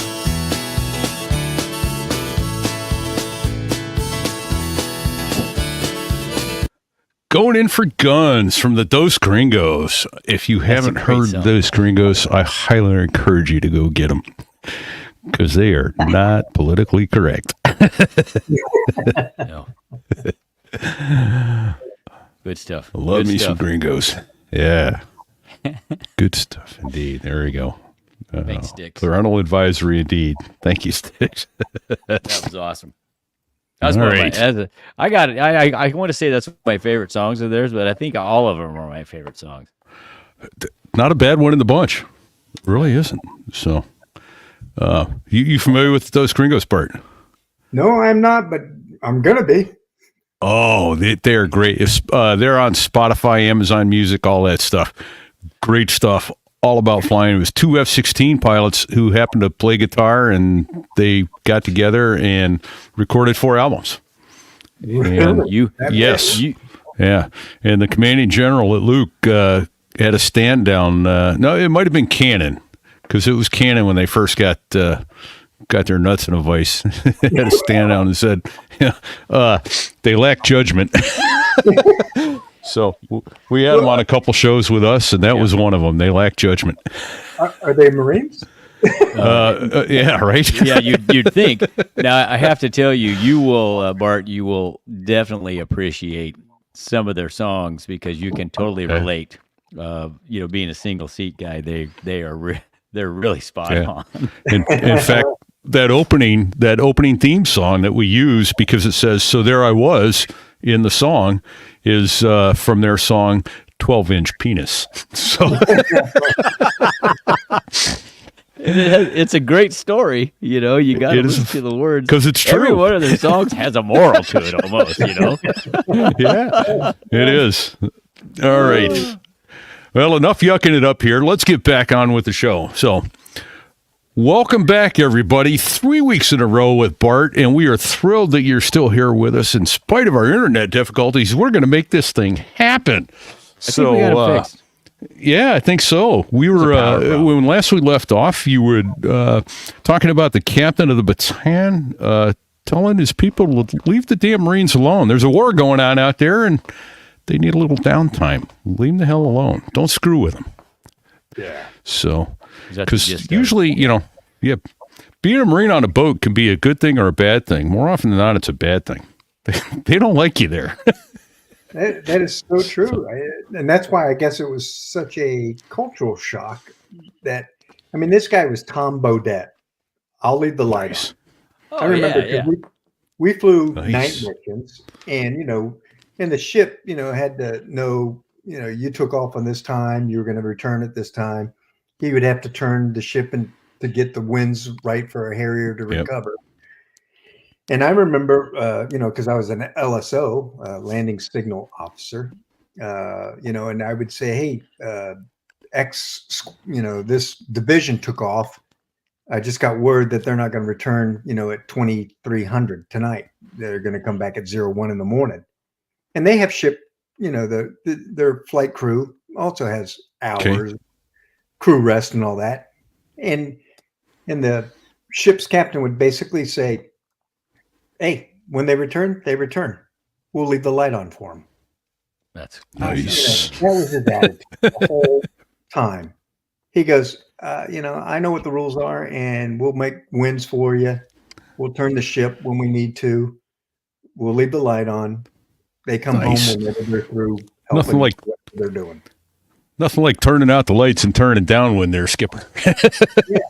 Oh my God! Right. How many times Don't did do you it. fly when you told the ship I'm back at 15:15, 15:15, and it's 15:13, and the ship is in the opposite direction. You're like, you knew I was coming back at What is this? 15. Oh, you surprised them. This is a I surprise. have like 7 minutes of fuel left. So right? think about it. Right? In 7 minutes, I'm going to punch out right next to your ship, and you can come get me with your SAR Elo. But I told you, 15:15 is when I'm coming home. Why isn't Right. the ship pointed into the wind? Surprise. So, Right. Yeah. Oh, that's right. I forgot. Yeah. Yeah. Was it Spicer who got there and things went to crap? He landed like between spots 6 and 7, between Oh, yeah. two Harriers. With flashing Yeah. fuel lights and Yeah. yeah. He was like, Yeah. going to lose. He goes, I got a choice. I can squeeze in there or we can lose the jet. He squeezed in. All right. Yeah. And I've made bold calls like that over the radio. I'm like, hey, feel free, take your time, getting wins for me. But in 7 minutes, I'm punching out. That's, Nice. based on 200 pounds per minute. I got 1,400 of those pounds right now. And my gauge is plus or minus 250. But, so, yeah, I was going to say plus or minus a minute, right? Yeah, then there's that. There's always maybe the plus or 7 minus minutes, part. maybe 6 minutes I'm going to punch out. Maybe 8. But But it's going to happen. Oh, man. So can we Too funny. get to the opening So There I Was story? I think we should. 2 weeks back, you heard an opening tease from Bart. And It was something like, so there I was, 20,000 feet with the skipper on my 17th air combat mission, thinking I was bulletproof or something like that. yeah, bag of chips and all that, right? Bag of chips. So, what happened to that bag of chips, Bart? well, Was that flight? Were you guys flight of 2, flight of 4 that day? flight of 2. Okay. Yeah, for the most part. So Desert Storm, 19. And you were with Rusty? No, I was with Rusty. Okay. Yeah. And Rusty was the only person that had combat experience from Vietnam. And I just happened to be Oh, yeah. on that. He was a Cobra pilot from Yeah. Vietnam. And, I think Curly talked about it, but, VMA 231 went to Iwakuni, Japan in 1990, as part of their Right. 6-month UDP, unit deployment program. Yep. He took 11 lieutenants, 32 officers. A vicious pack of lieutenants, as I recall. Vicious pack of Of lieutenants. lieutenants. And I think that's Yes. show 16 or so, somewhere in there. Venom and Ag, as the XO, were probably the 2 best qualified people to corral that group of individuals. This is 1990, right? This is all pre-tailhook. This is all That's pre-internet, right. pre-cell phones. Yeah. This is everybody's full of piss and vinegar. And It was a wild, wild west, Bart. It was Yeah. a wild, wild west. Yes. I mean, I'm We didn't embarrassed. even know it. I'm I know, embarrassed to say that we are professionals at all times, but we just didn't know better. We just thought this is what you're. That's what you did. Stereotypes. This is what you do. This is what Yeah. aviation is all about. It's fly hard, be hard, be safe, be professional. But boy, there was just 2 ends of that spectrum, and Venom and Ag did a great job of pulling it all together. They knew when to give us leash. They knew when to stomp on our Yeah. neck. Just testimony is out of 32 officers, 13 of them went on to be colonels or above. That's pretty That- huge. Oh, No, that's shit. huge. Wow. Uh, I did not know that. Okay. That's really unprecedented statistics It if you is. think about It it. really is, because most people don't even stay until 20, right? No. But Yeah, they no. went in to be colonels. I was the one that went on to be a major general. And trust me, Venom had his boot in my ass more times than I can count. Ag, Right? Ag, but he knew when to put the boot there, and he knew when, hey, he's just blowing off steam, but I got to rein him in. I mean, it was like a perfect CO, and Ag was the perfect XO, to counter, that. So anyway, so we're in Iwakuni, Japan, and I think Curly talked about, instead of going from, if you just do your geography, when they said VMA 5, VMA 231, we need you to go to the war. Saddam Hussein has invaded Kuwait. We need you to go to go to the soccer stadium there in Saudi Arabia. Well, the shortest distance is to fly west. Yeah, right. But you couldn't because, we didn't have overflight rights over China, Russia, Pakistan, and all those places. And the whole world was going east anyway, right? Yeah. All of the Air Force. We flew 3/4 of the way around the world, to get there. The short way, of course. Yeah. The short way, stringing airplanes out left and right, That's a great story all by itself. It is. Airplanes all over the globe. Yeah, and trail maintenance, just figuring it out as you go. But yes. Anyway, we end up at the soccer stadium at Al Assad Soccer Stadium there with 542 and a boat at 331, 2 OVT, 2 squadrons. 311 was out there too, weren't they? Yeah, 311, and just and it was literally a single runway. That the prince wanted because he didn't want to. He wanted to fly into a soccer stadium, so we used it. We threw matting down, and and the Harriers, we reveled in that kind of it's like, yes, we are austere. We're living in tents. We don't need no thinking Marriott. It was like Bogue Field on steroids over there. Exactly. Yeah. Right. Without all the trees. Without the trees, without the pine trees. Yeah. And so Venom, on this, January 17th, we got the word. The skipper called an all officers meeting, and he goes, during the daytime, and he goes, tonight, gentlemen, all hell's going to break loose. It is time. We have given the ultimatum. The 24 hours or 48 hours is up. He's not responding. And so you're going to see Tomahawk missiles and, everything tonight, late tonight. And the next morning, we have a combat schedule ready to go. And we're in day one. Shit just got real. Yeah, exactly.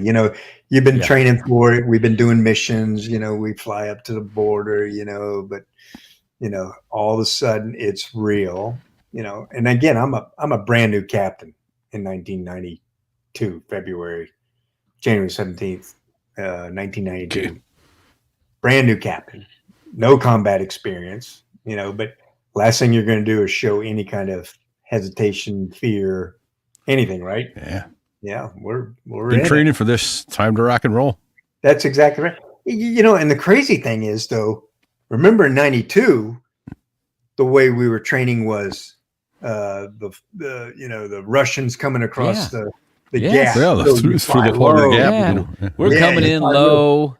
Who can fly lower than low? I'm down at 200 feet to get behind the mountain.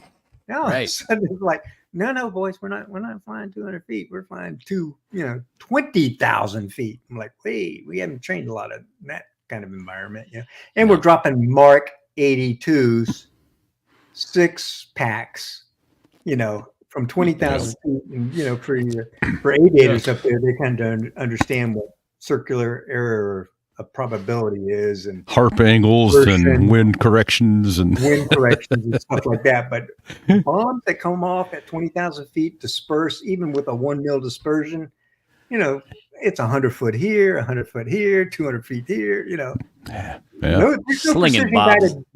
It was roll in, drop everything you got, and hope you hit the tank, the artillery. Like bowling blind, huh?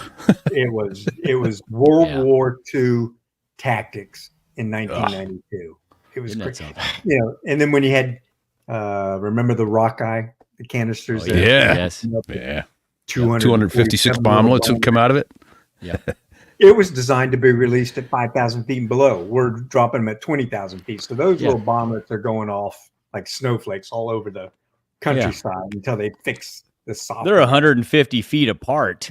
You know, by the time, instead of 5 feet apart, they're 150 feet apart. Exactly. I mean, I think a couple just landed last week. So I would like to say the military is always locked on precision. We know what we're doing. You know, we predicted exactly. But the beauty of the Marine Corps is like, all right, we don't have the software. We don't have the exact what we need. So what can we do to make it work? And a bunch of rocket scientists and hard chargers get together and go, well, let's try this. Let's do this. Let's modify that. Let's trick it into doing this. Adapt and overcome. Exactly. Modify, overcome, adapt. And that's probably why I just loved 33 years in the Marine Corps, because you were just surrounded by people that would not quit. Yeah. Would not quit. Figure it out. Good. You know, and admit when they made a mistake and move on, you know. But anyway, on that day, February 17, February 9th, I'm sorry, February 9th, 1991, I'm flying with the skipper, you know, so I got my game face on, man. I'm flying with the skipper. I've done, actually, let me go back. February 17th or January 17th, when we did our first combat mission, my first combat mission was with Venom. Okay. Was with Venom. Okay. And I remember it being puffy clouds and, you know, and I got my game face on and, you know, I'm trying to be the cool guy. And so we cross into bad guy land and the skipper says, all right, Bart, you know, we talk to the desk and they say, hey, go to this kill box.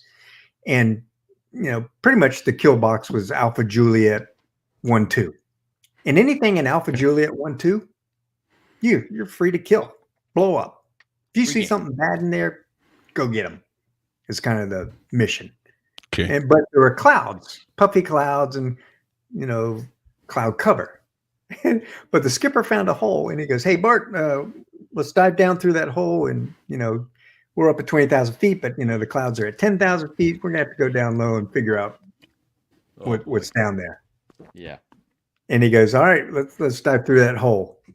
And when you key the mic and you know that you're broadcasting, right? So you don't come across like a little schoolgirl. Are you sure? Hey, can we think this one through? Hey, what could possibly happen? Yeah. I put on my coolest airline pilot. Roger that. I'm with you, boss. You know. Yeah, and meanwhile, you know, I'm probably peeing in my pants, or you know, I'm like, oh, God, he's a combat veteran. He knows what he's doing, right? Yeah, he knows what he's doing. Yeah, he's diving. I'm diving. Yeah. I'm glued. I'm in fighter wing. I'm going through the clouds with him. And sure enough, we dive through the clouds. We snort around down range, well inside AAA range, inside handheld missile fire range. Yeah. And he's rooting around like, you know, looking for anything, right? Just looking for anything. He's hungry. Yeah. He's got his fangs out. That's why they call him Venom. Yeah. And me, right the last thing I'm going to say is, hey, it's time to go home. Let's, you know, back up. Let's go up. Yeah. You know, you think can be higher? Yeah. We didn't see anything. We rooted around there for, you know, 5, 10, 15 minutes. I can't remember how long, but it probably seemed like an eternity, right? Yeah. And we went back up, you know, came home, and that was my first combat mission. I'm like, man, I need a cigarette. Right. I don't even smoke, but boy, I never smoked in my life, but I need a cigarette. But I need a cigarette. If this is what it's like, man, I don't know. So I did that 17 more times until the day I got shot down. Flying with and no fault of anybody. So don't take this wrong. But, yeah. I mean, that's understood. Sure. You know, things happen. Flying on the 17th combat mission on February 9th, 1991, 2-plane with the group CO of Mag 13, Colonel Biote. Standard mission, go to this kill box, meet an F-18, who is we used to do hunter shooter tactics. He was an F-18 two-seater, F-18D. Yep. So those guys would go ahead of you, go to the kill box that you were assigned. Guy in the back seat would use his binos, and go, oh yeah, there's some artillery down there. And I think that's what the target was. He says, hey, I found some artillery in your kill box. And then he would come fly back, pick you up at, the rendezvous point. And then he would shoot Willie Pete, which is, the white phosphorus. Yep. To mark the target. From way up high. And then he'd say, from the Willie Pete, north 100 meters, and what we're looking at, remember, we're day attack Harriers. Yep. Visual, eyeballs, World War II, carrying Mark 82s. I mean, can we be any more dinosaurs? Well, the Hornet's backseater had binoculars, man, so he was high tech. So. He was high tech. But he would say, from the Willie Pete, and you would see a little tiny dot. Right. Little white. Yep. Yeah, and you're like, oh, and if I just bomb 100 meters, that's basically just north of the smoke. I'll kill, the artillery that I'm asked to kill. And you would see it, as you dived in from 20. You pickle, pause, pull. You're probably pickling around 12,000 feet. You bottom out around 10, 9, 8. And you pull back up. But you had to get below 10,000 feet. But you didn't see that target until you were down around 10,000 feet, which is 2 miles. Right. Yep. And for our listeners, pickle means hitting the button that lets the bombs off the aircraft. Pickle. Right. Yep. Hit the button. Pause because you want the bombs to come off. Pull, a 5G pull. Pickle, pause, pull. That's what we used to say. Yep. Anyway, Colonel Biote is in the F-18, so there's 3 of us up there. The Willie Pete is on the mark. Colonel Biote flies in. I'm -2, flying first time with the colonel, and I'm like, hey, you're cleared in. 6 clear. He goes in, drops his bombs, comes back off target.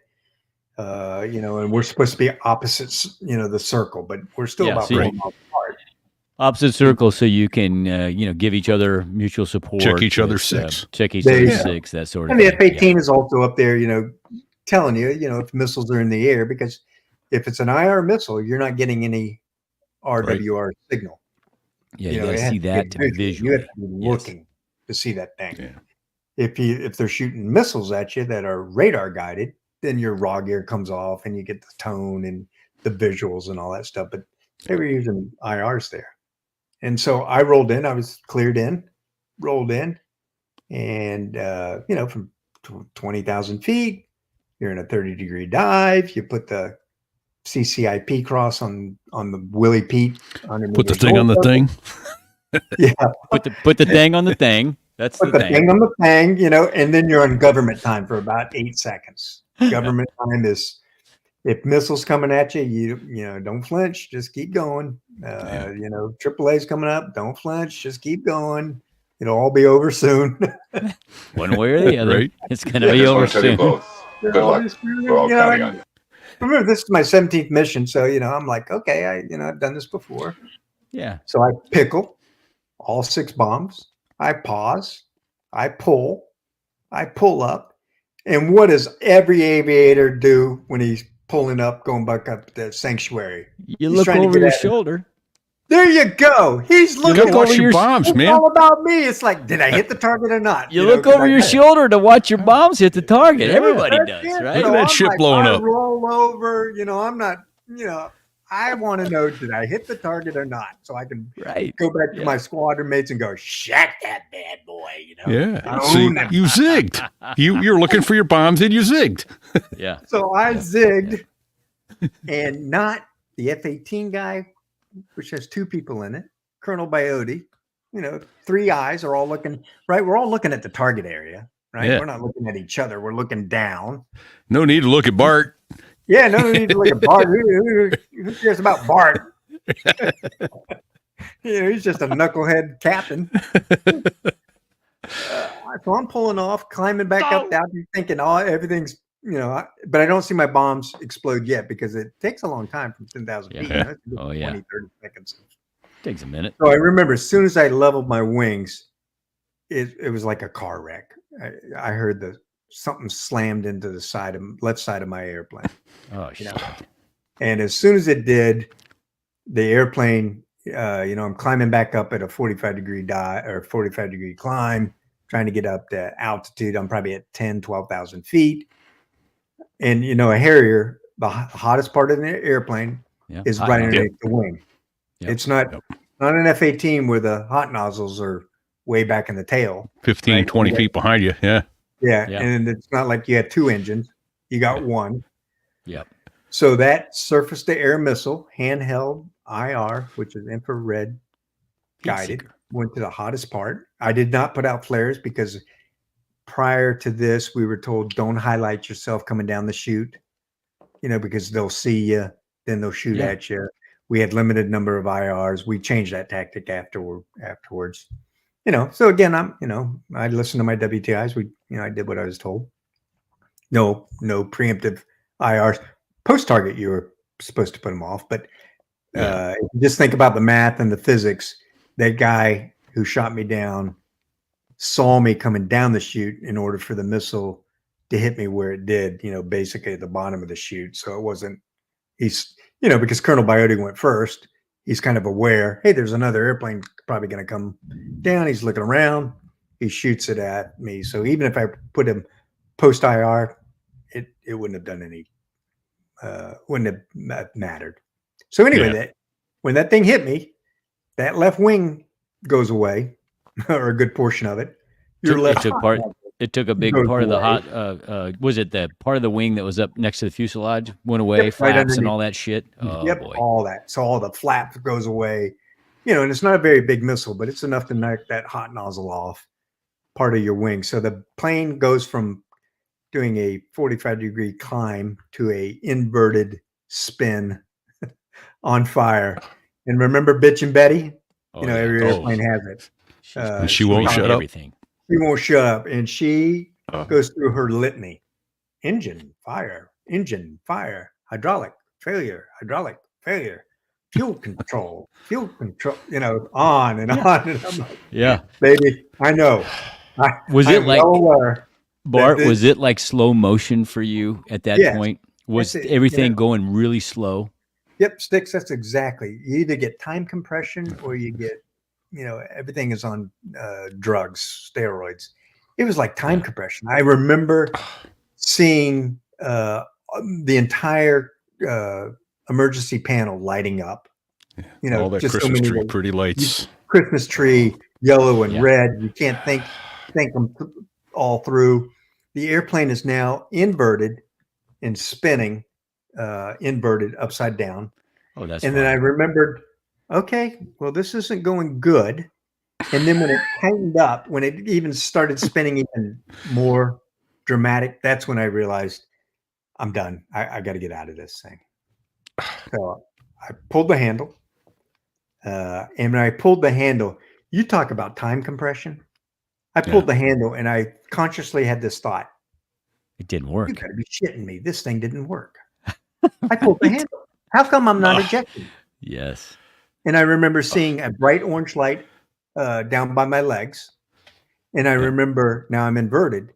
I remember thinking as I'm slowly going up the rails in the ejection seat and my feet are slapping the canopy, the bow there as I'm leaving the aircraft. I'm like, oh. And then I blacked out, from the G forces. Yeah. But I'm upside down, but it looks like I'm going vertically up, and I'm watching this video game of this orange glow underneath my seat. And, the airplane, last thing I see is the airplane, full view of the airplane as I blacked out, because all your blood rushes from your brain. Sure. Yeah. And then I woke up underneath the parachute. Obviously, the parachute was twisted around like a. Of course it was. Of course. Well, yeah, because you went out inverted. Spinning. spinning. Yeah, with a huge amount of torque on your seat in your airplane. Yeah, and in the seat, I love whoever the engineers are. They design the seat to automatically go, for the oxygen to stay on, for the seat to separate automatically. All that stuff is automatic. So even if you're passed out, you're still alive. It's And I taking care remember of you. waking up and my neck was, bent over because the parachute had twisted so much that I had to grab the risers and stretch them apart, and kind of unspin myself. And then the crazy thing is I'm in the air, probably 10, 11, 12,000 feet, looking down. Okay. And I had just bombed these people, so they're not happy. They're happy to see you. Yeah. Oh yeah. Oh yeah. And it was, instead of bitchin' Betty yelling at me, it is deathly quiet. Oh yeah. No air, no jet noise, no radio noise, no crackling, no nothing. It was like, holy, I'm like, am I alive? Am I dead? Am I in heaven? Am I in hell? Where am I? I'm drifting. And I looked up, and then God bless the Marine Corps. Baby, I rock. I am like, now I'm back to, oh yeah. what are my procedures? Inflate, release, release, option, coke fittings. I'm not even thinking. This is just my body is like, hey, this is what I've been trained to do. Train I'm like not you thinking fight, about fight like you flying, train. thinking about what the Iraqis are going to do for me. I just know that I'm in a parachute, and this is what I'm supposed to do right now. Yeah. And so I do all those procedures, and then I get my radio out, my piece of crap radio they issued us. Yeah. I put the earphones radio. up. I got about they say 1,000 feet per minute, so I got about 9 minutes of airtime. Did you lose your helmet in the Nope, ejection? helmet stayed on. Okay. But I had burns on my arms. Later on, I noticed that my feet were bruised, from slapping. You got burns on your arm from the det cord going off, the detonation cord. Yeah, from the det cord. The canopy. Yep. Okay. Shattering the canopy and all that stuff, and obviously just it felt like somebody threw you out of a car at 60 miles an hour. Well, ejection is a physiological event. It's rough. It's a double E ticket ride at Disney World, that's for sure. Yeah, not something you want to do more than once. Not even something you want to do once, I think. Yeah, then you have back problems for the rest of your life, and right. But that's so you got about 9 minutes. You got about 9-10 minutes of time now. Yeah. And so I put the radio. Whose phone is going off? Whose phone I think it's Bart's. Is that yours, Bart? Bart, we're hearing a ding. Somebody's dinging you. Somebody dinging you? Stop dinging me. Whoever's dinging me, stop it. It may, it's not me because I would get the notification. So yeah, it's not me. It's either no one saw me. You can't prove a thing. Or Bart. If you got pictures, you can prove it. But I'm denying everything. Sorry. You're still getting pinged. I don't know what's going on. Maybe it's coming through your computer. So you got 9-10 minutes of time to of peace and quiet. Peace and quiet, and you're Reflection. over the area that you just bombed. And Colonel Biote and the F-18. So I'm expecting them to, and I'm looking down there, and Where's the welcoming committee? Well, it is flat brown sand. Yeah. And they issued us 2 tan flight suits back then, and now they're everywhere. But most of us, we had green, and I had already used my 2. They stink. They were all sweaty. So you were wearing a nice dark green one. I'm wearing the dark green one underneath my orange and white parachute. Yeah, that's perfect. Yeah, that's perfect. It's just timing is beautiful. Those Iraqi soldiers needed help locating you. So as I'm drifting down, I'm trying to talk on the radio. I remember Lusty 5-1. I am alive and well. I have just been shot down. Trying to get anybody to answer me on the radio. F-18 guys didn't, hear me. Colonel Biote didn't hear me. The radio never transmitted or whatever, for whatever reason. And the ELT in your seat, the emergency locator transmitter, that automatically goes off. Oh yeah. Did not work. So of course not. Oh, great. Yeah. So my wife again, I'm married. We'd been married for 4 years, but had no children. The word she gets in Cherry Point that night was, it's just like in the movies. You're in your outfits. Somebody knocks on your door. Oh shit! The chaplain and the colonel, and he knocks on the door and he goes, "Mrs. Sanborn." And she goes, "Why are you here?" And she kind of knew.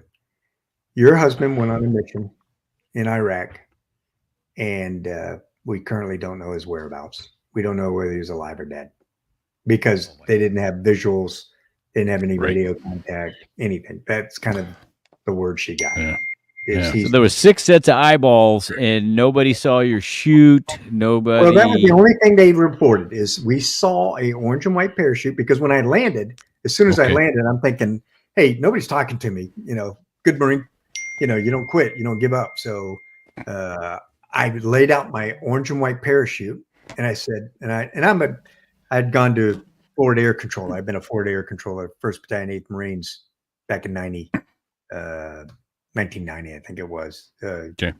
So anyway, I'm fully qualified FAC, forward air controller. So I understand, how you control airplanes. So I'm thinking, lay out my orange and white parachute.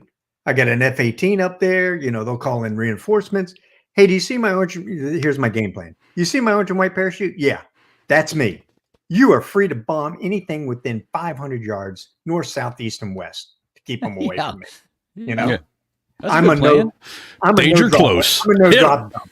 I'm a no drop zone, but other than that, start bombing. And sure enough, I'm on the ground for less than 5 to 10 minutes, and I start to see about a dozen of them come through undulating terrain, walking my way.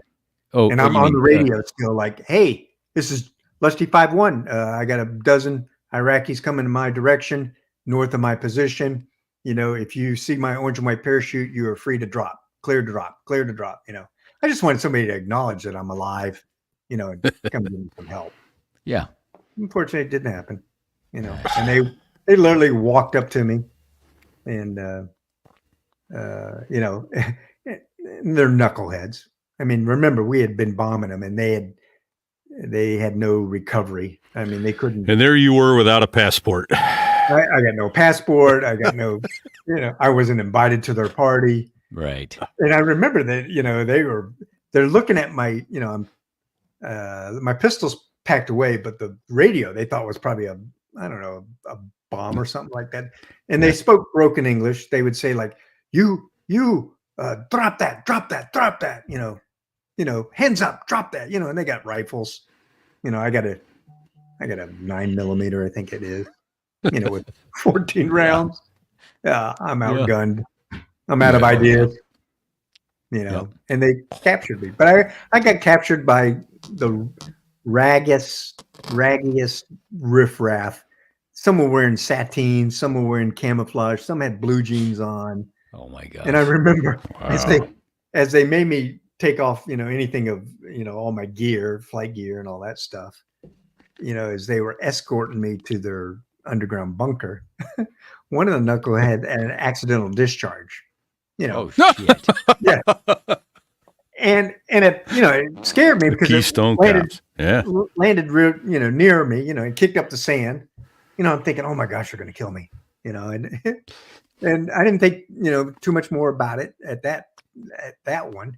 But just as we got into the bunker, and we walked for about a mile, before they took me to this underground bunker, they had a second accidental discharge. Oh my God! Oh dear God! Now going back and looking at it, so now mistakes were made. To be truthful to your audience, I'm thinking, oh my God, I'm gonna be shot and killed. I'm these guys. And they don't even mean to. and they're not even trying. Whoever was in charge of the Iraqis grabbed this kid and was like shaking him and yelling in Arabic, like, he's probably saying, "You knucklehead, keep your finger off the trigger, you dumb little shit." Yeah, and so all of a sudden they're taking their magazines out of their rifles. And I'm thinking, oh my gosh, the Keystone Cops have captured me, and I'm, this is my fate in life. Yeah, to be captured by. Oh my gosh. Oh man. So they took me to the underground bunker. The guy that interviewed me or talked to me offered me water, and That was nice. yeah, it was nice. But then all of a sudden, this guy comes down, an Iraqi soldier comes into the bunker, and he speaks broken English, and he goes, "I shoot you down. I get 2 of you now." And so he walked up to me and he takes my name tag. So that was going to be one of my questions. Did you meet the guy that got you? And so you did. Well, according to him, Yeah. he said, "I shoot you down. I get 2 of you now." And I had, whether he did or not. And then because of that, I told you earlier, I went to Iraq back in 2003. And somebody asked me one time, "Hey, you're going back to Iraq where you were captured in a POW. What are you doing?" And I go, "I'm going back to get my name tag." Show title. That's a show title right there. Yep. I'm going back to get my name tag. That dude took my name tag. I had never met him. I met him one time, but he took my name tag, and I'm like, "Hey, that's stealing. We don't do that." So, right? That's great. That is fucking great. And then they bundled me up, put me in a pickup truck, and drove me, through the desert. They waited till nightfall, and I was blindfolded in the middle of a Toyota, some kind of small truck. Yeah, a driver, me in the middle, and an A driver, on the side. And and I remember that as they were driving me through the desert, to higher headquarters, I'm sure, to show off that they just captured a pilot. They would pull over on the side of the road, and I would hear jets fly over, and I'm blindfolded.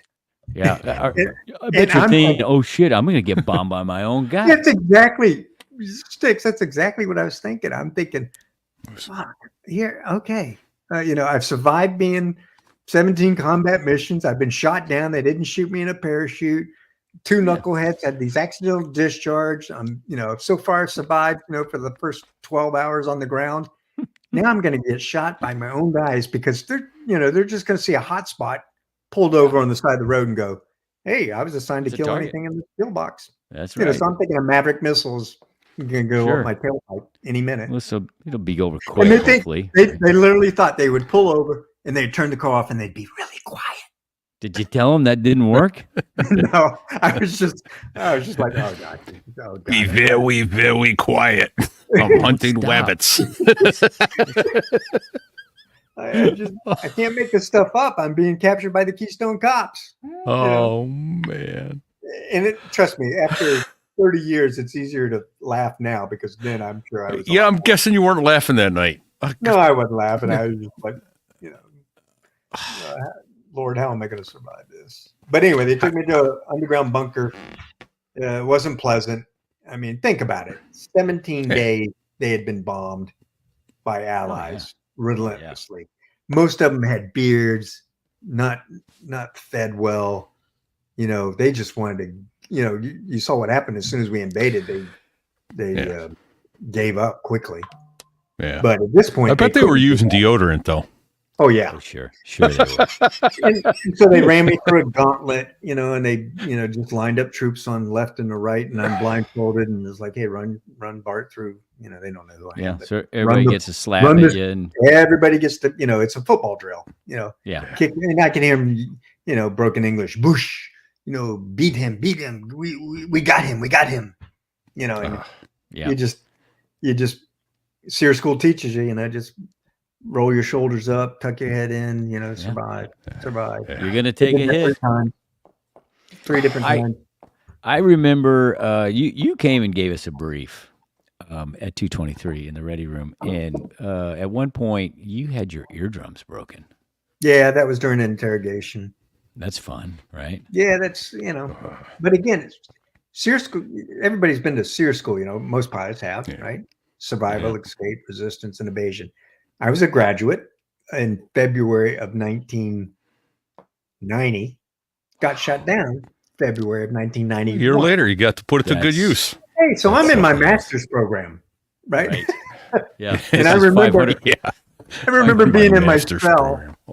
I remember being in my cell in Baghdad, in February, and literally 365 days ago, I was in Brunswick, Maine, going through. Oh my gosh! In a cell. In a Boots, cell, and I'm going, boots, wow. boots, marching up and down again. And boots. Hey, Sticks. You know what? That was exactly. They did do that. Not that exact, but they did that. But they played the music over and over, right? Over and over. In fact, one of the greatest things I think I helped do was when we all got released, the POWs got released. Half of us had gone to SEER school, half of us had not. They brought in the SEER commanders of Brunswick, Maine, the ones for the Air Force out in Washington, and the one for the Navy and the Marine Corps together, the Air Force, and then the Army one. So they brought in all those commanders, and they basically had them sitting on one side of the table and us sitting on the other. And they asked us, "Hey, those that went to SEER school, what was good, what was bad?" And so we, and one of the couple of points that we pointed out was, again, 1991, we had our first female POWs. And one of my comments was, when I went through SEER school, there were no females. You didn't talk about females. And so you need to incorporate in your training lesson plan it's one thing for me and Repeat to be POWs together. And they go, "Hey, I'm going to beat the shit out of Repeat if you don't tell me the following information." And I go, "Repeat signed up just like I did." Have at it. Hey, whoa, wait a minute, dude. Yeah. Bart, we're buddies here. No, you need to have the shit beat out of you. What if it's a female? I mean, it's wired differently, right? They go Russ or, Captain Sanborn. Here is Melissa Rathburn Neely, an enlisted female that was captured. We're going to gang rape her right in front of you until we're not going to stop until you tell us what we want to know. Yeah, that's a whole different dynamic. Yeah, it should be probably the same answer as, hey, you signed up for this too, but still, you just need to talk about it. It's just not. No, I'm sorry, it's not the same answer. That's the problem. Yeah. That's hardwired into our DNA. That's what I thought too, But I just wanted to acknowledge that they needed to do it. The second thing I told them was, SEER school is really good. I mean, and it was almost textbook SEER school, bad cop, good cop, during the interrogations. That's exactly what the Iraqis did. Stick to a storyline, go on, go down rabbit holes, make them get bored, so they move on to the next question. The other thing I learned was, if you can take it for about three ass whoopings, eventually they'd move on to the next question. They'd ask a question, you'd say, make up some crazy story or just say you don't know anything about it. They'd ask a second time, they'd whoop your ass. They ask a third time, they'd whoop your ass. Eventually they'd go, maybe he really doesn't know anything, and they move on, but you had to learn that. And the third thing I told them was psychological. I said, I'm not a big guy, and so do big guys survive interrogations better than little guys? And then, and they'll tell you at SEER school, sometimes it's the little guys that are physically, just can handle it. And it's the big guys that cave in quickly, physically. I said, my biggest problem was not the physical. I mean, I got my ass handed to me, but, it was just part of the, getting the eardrums busted and all that stuff. But I said, what was really driving me nuts was the psychological part, because I was always thinking about my Vietnam POW predecessors. Right. 5, 6, 7 years as a POW. Yeah. Right. How long am I going to be here? And and I'm in day 15, and I'm thinking, yeah, I know, but it seems like an eternity. I'm sure it's starting to kick my ass. But am I going to survive 5 years of this? It just started to wear on me. And I hadn't been trained to think about it or how to put it, conceptualize it or whatever. So I just said, psychologically, I don't know how you train people to be harder mentally by the physical part, because the physical part is you can or you can't, I guess. Yeah. So, all right, Bart, were you there being held with, there's a group of you being held in one spot when one night, that facility got hit by a bomb and kind of broke all the walls down shit. Were you there for that? Yeah, Sticks. The way it went down was, I think they called the other the prison that I was at was called the Al Rashad prison. In fact, in 2003, Sam Schofield and I flew over it. And Schofield, I remember going downtown Baghdad. We switched the radio and I said, "Hey, I'd like to go over to the skill box," which I knew was where it was.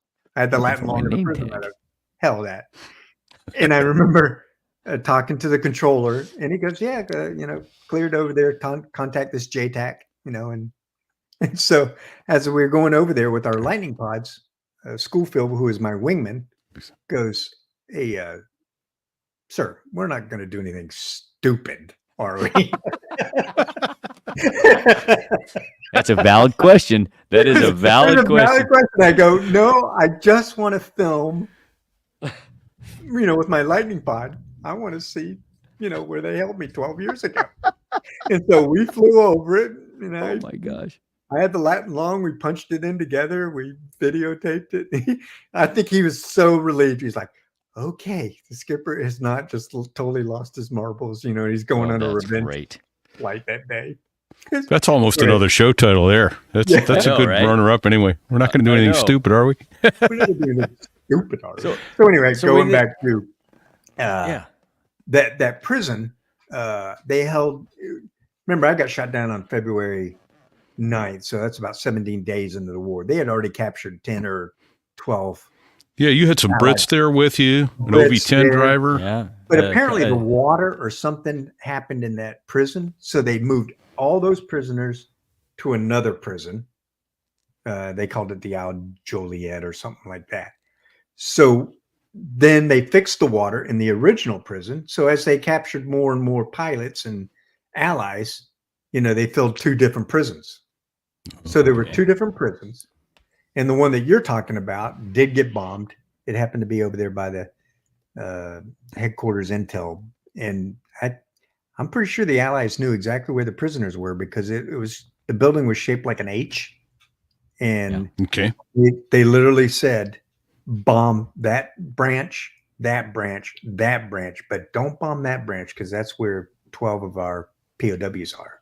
Oh, wow. And so that night, Jeff Zahn and Lieutenant Colonel Acree and all those guys that were in there said, "Yep, they bombed that building." But one of their laser guided bombs went a little bit long and did damage their wing.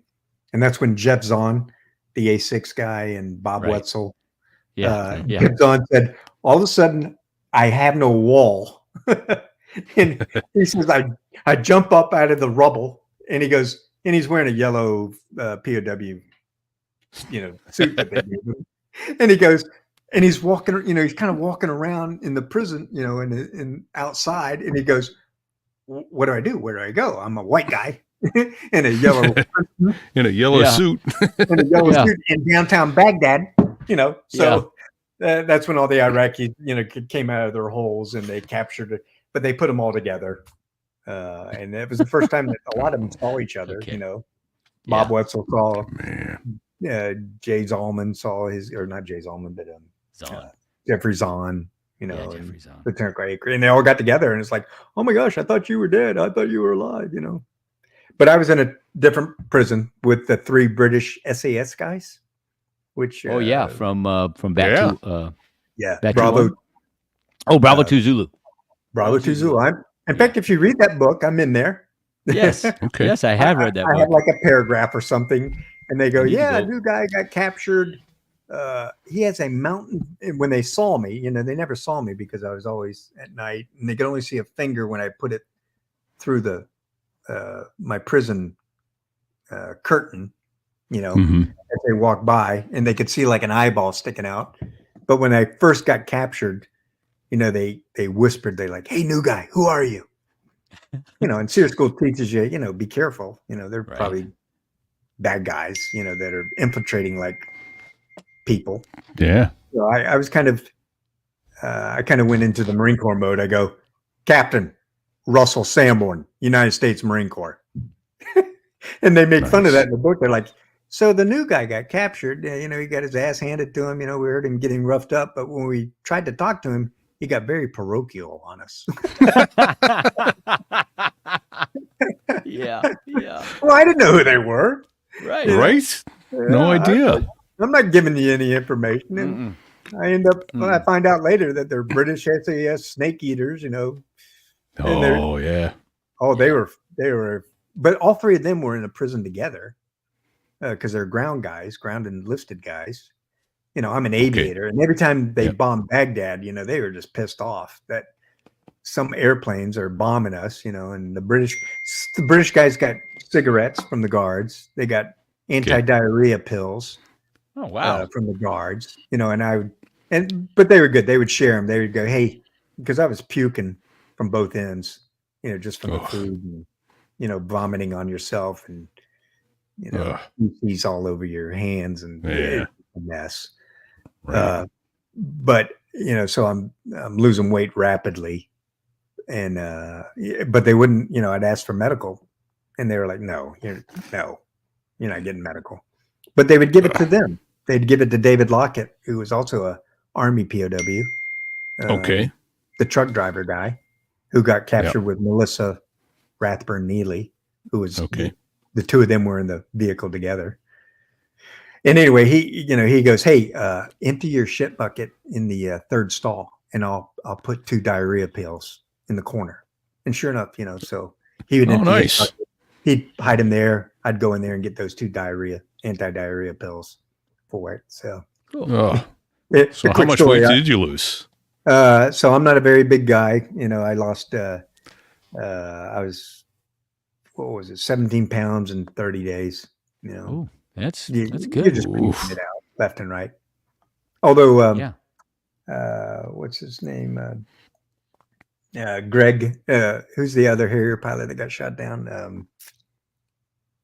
Well, there was several. POW. Oh, POW. I'm drawing a blank. He was the 311 guy, wasn't he? 311 guy, yeah. Yeah. I can't think of his name. Looking right at him, he's a good. Yeah. But anyway, when I saw him, he lost like 20 pounds, and he goes, "Yeah, it was the best diet I ever been on."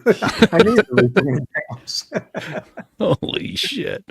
Well, I seem to recall at some point they knew you were a POW instead of we don't know what happened to him, but I don't remember how or when we found that out. Do you have any recollection? I know you weren't there watching the news on CNN like Fig and I were, but right. Right. Do you remember the story of how and when they found out? When did your bride find out you were alive and a POW? Yeah. So anybody that was on TV, obviously, that's confirmation. So the way the Red Cross works is they either have to interview you, right? Come in and physically do that, or if they see you on TV, then you're listed as a POW. I was listed as duty station whereabouts unknown for 14 days.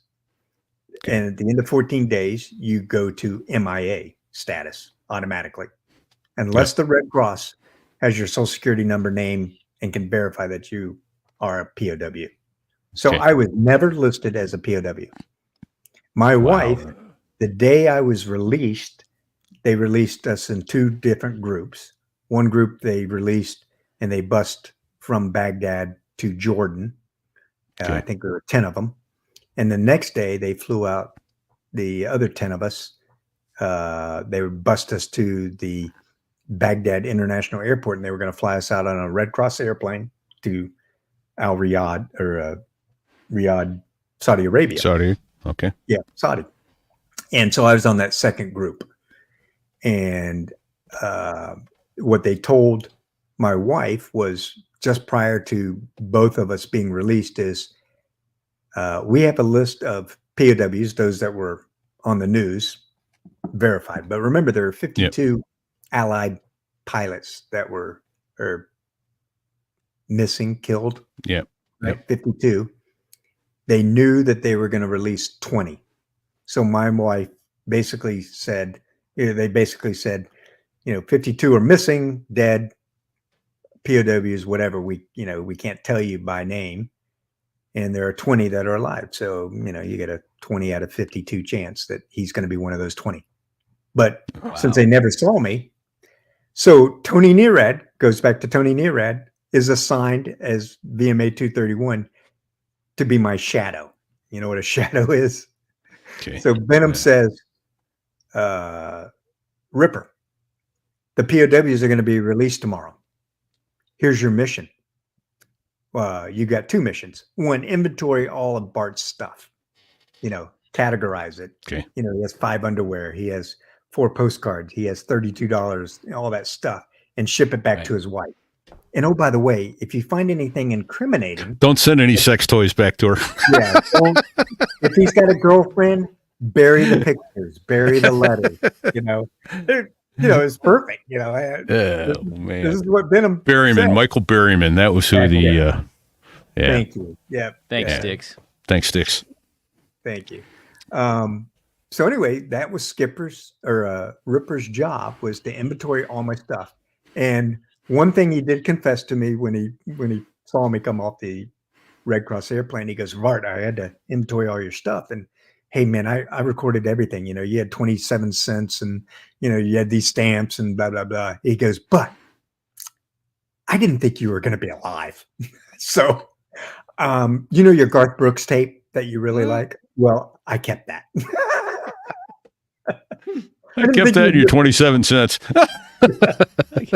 So everything else went back to Linda, my wife, except my Garth Brooks tape, which he kept.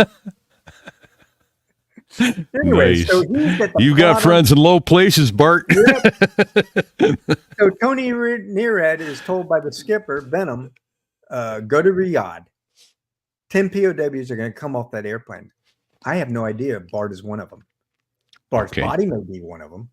Bart may be coming down in a wheelchair, or Bart may skip down the stairs. We have no information other than your job is to be at the bottom of the stairs to meet, your buddy. And so sure enough, Colin Powell's there, the ambassador to Saudi Arabia is at the bottom of the step. You got to go through all that protocol crap, and hey, welcome back, prisoner. Hey, welcome. Hey, sir, we're so glad to see you. And then I see Tony at the very end of the line, and we're like 2 little schoolgirls. Like, Tony, what are you doing here? He goes, Bart, you're here with both your legs. Yeah. Both of them. Yeah. Oh, Because he didn't know. Holy shit. So we get on the man. bus, and they take us to the USNS Mercy hospital ship, where I got to get medical treatment for my busted eardrums and loose teeth and, vomiting and puking and stuff like that. But Tony's job is to be my beck and call bitch. Nice. So I'm like, Tony, I really would like some ice cream. Can you go get me some ice cream from the chow hall? I bet he did. I bet he wasn't even bitching about it. Yeah, I mean, Not caramel, chocolate much. sauce, Tony. Go back. Yeah. And he was happy to do it, man. The one thing I wanted more than anything was, and this is a weird thing, but for 26 days, not brushing your teeth, they said, what else can we do for you, Captain? And I go, I want that dental hygienist that has that toothbrush thing with the fluoride that scrubs your teeth. I want that. Yeah. Put me in a chair and clean my teeth because I feel like I have wool on them right now. Oh, that's Yeah. Oh, Yeah. that's great. Oh, man. Oh, shit. All good. They fixed me up. Holy cow. They sent me, to Well, that- Bethesda. More medical treatment and psychological treatment. Hey, are you okay mentally? Well, you weren't okay going into the thing, so I mean, Yeah. how do you come out? We're Okay. we're Harrier guys. We're used to adversity. Right. Exactly.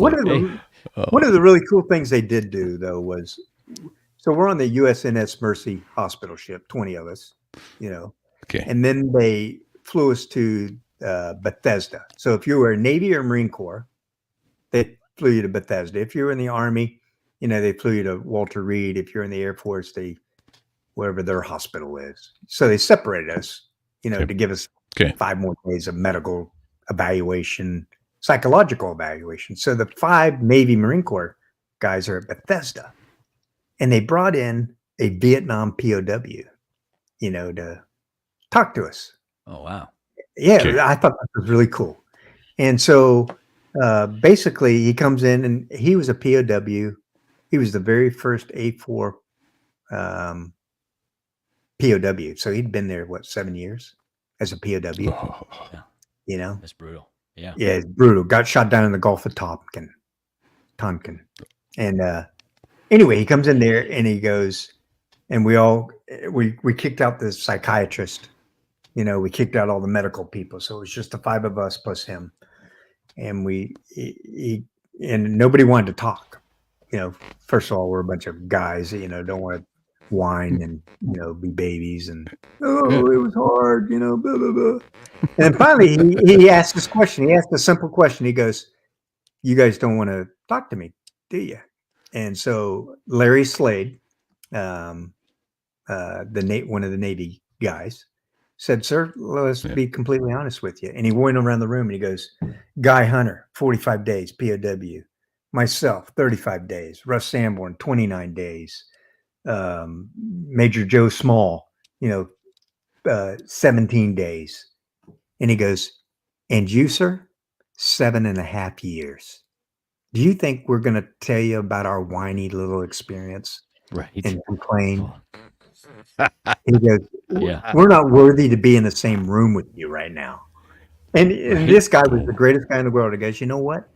Let me put it in perspective. He goes, what you did and what I did was exactly the same or very similar.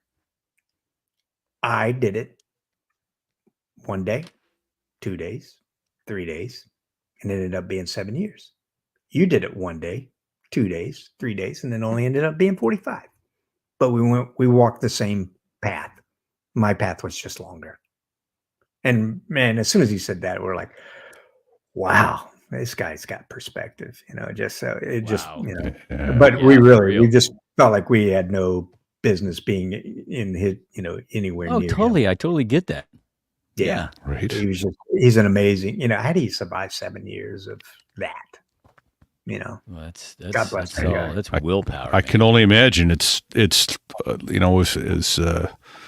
as alcoholics say, you do it 1 day at a time. I mean, that's the only thing I can imagine is you just have to go look what I'm going to. Every day I'm just going to get. Or the guys going through buds go, you know what? I'm going to make it to lunch. I'll quit after lunch. No, I'll quit after dinner. Only you don't have the luxury of quitting. Yeah. When you're a POW, you don't have that luxury of quitting. So, oh man, God bless you. It's cool. You always, at the end, you knew that on Saturday, training's over. The flag's going to be raised. I'm going to go home. Yeah. And then that goes back to when I told the steer school commanders, I go, it's real now. It's I'm in the graduate program, and I don't know when the flag's ever going to go up. I don't know if it's going to be 26 days or it's going to be 26 months. You just got to help us get through the psychological part of day in, day out. Learn as we go. Are they really going to shoot me? Are they really going to, cut off my fingers like they threatened? Tell us what we want to know. We'll cut off your finger. And every time you don't tell us the right answer, we'll cut off another finger. And I'm like, when SEER school, you knew they weren't going to do that. Here, you're like, all right, they might. They might do it here. They might do it here. I don't know what. I didn't read their playbook. Right. Oh, man. Well, thanks for sharing. Wow. Well, thanks for sharing all your stories, man. Indeed. We are humbled and honored. And I'll tell you what, so we've got a lot more to cover. So I hope you will come back with us soon because there's all these other questions I want to ask about. Just if nothing else, like I asked you in the pre-show, what was it like looking in the mirror and seeing 2 stars on your shoulder? Right? Going, wait, what? Right? Yeah. What were they thinking? Did you ever look at yourself and go, how did this happen? Yeah, that's exactly what I thought. I'm like, come on, people. I know you got a board that says, best and brightest or whatever, most qualified. I'm like, really? Wow, that barrel must be really empty. There you go. All right. But for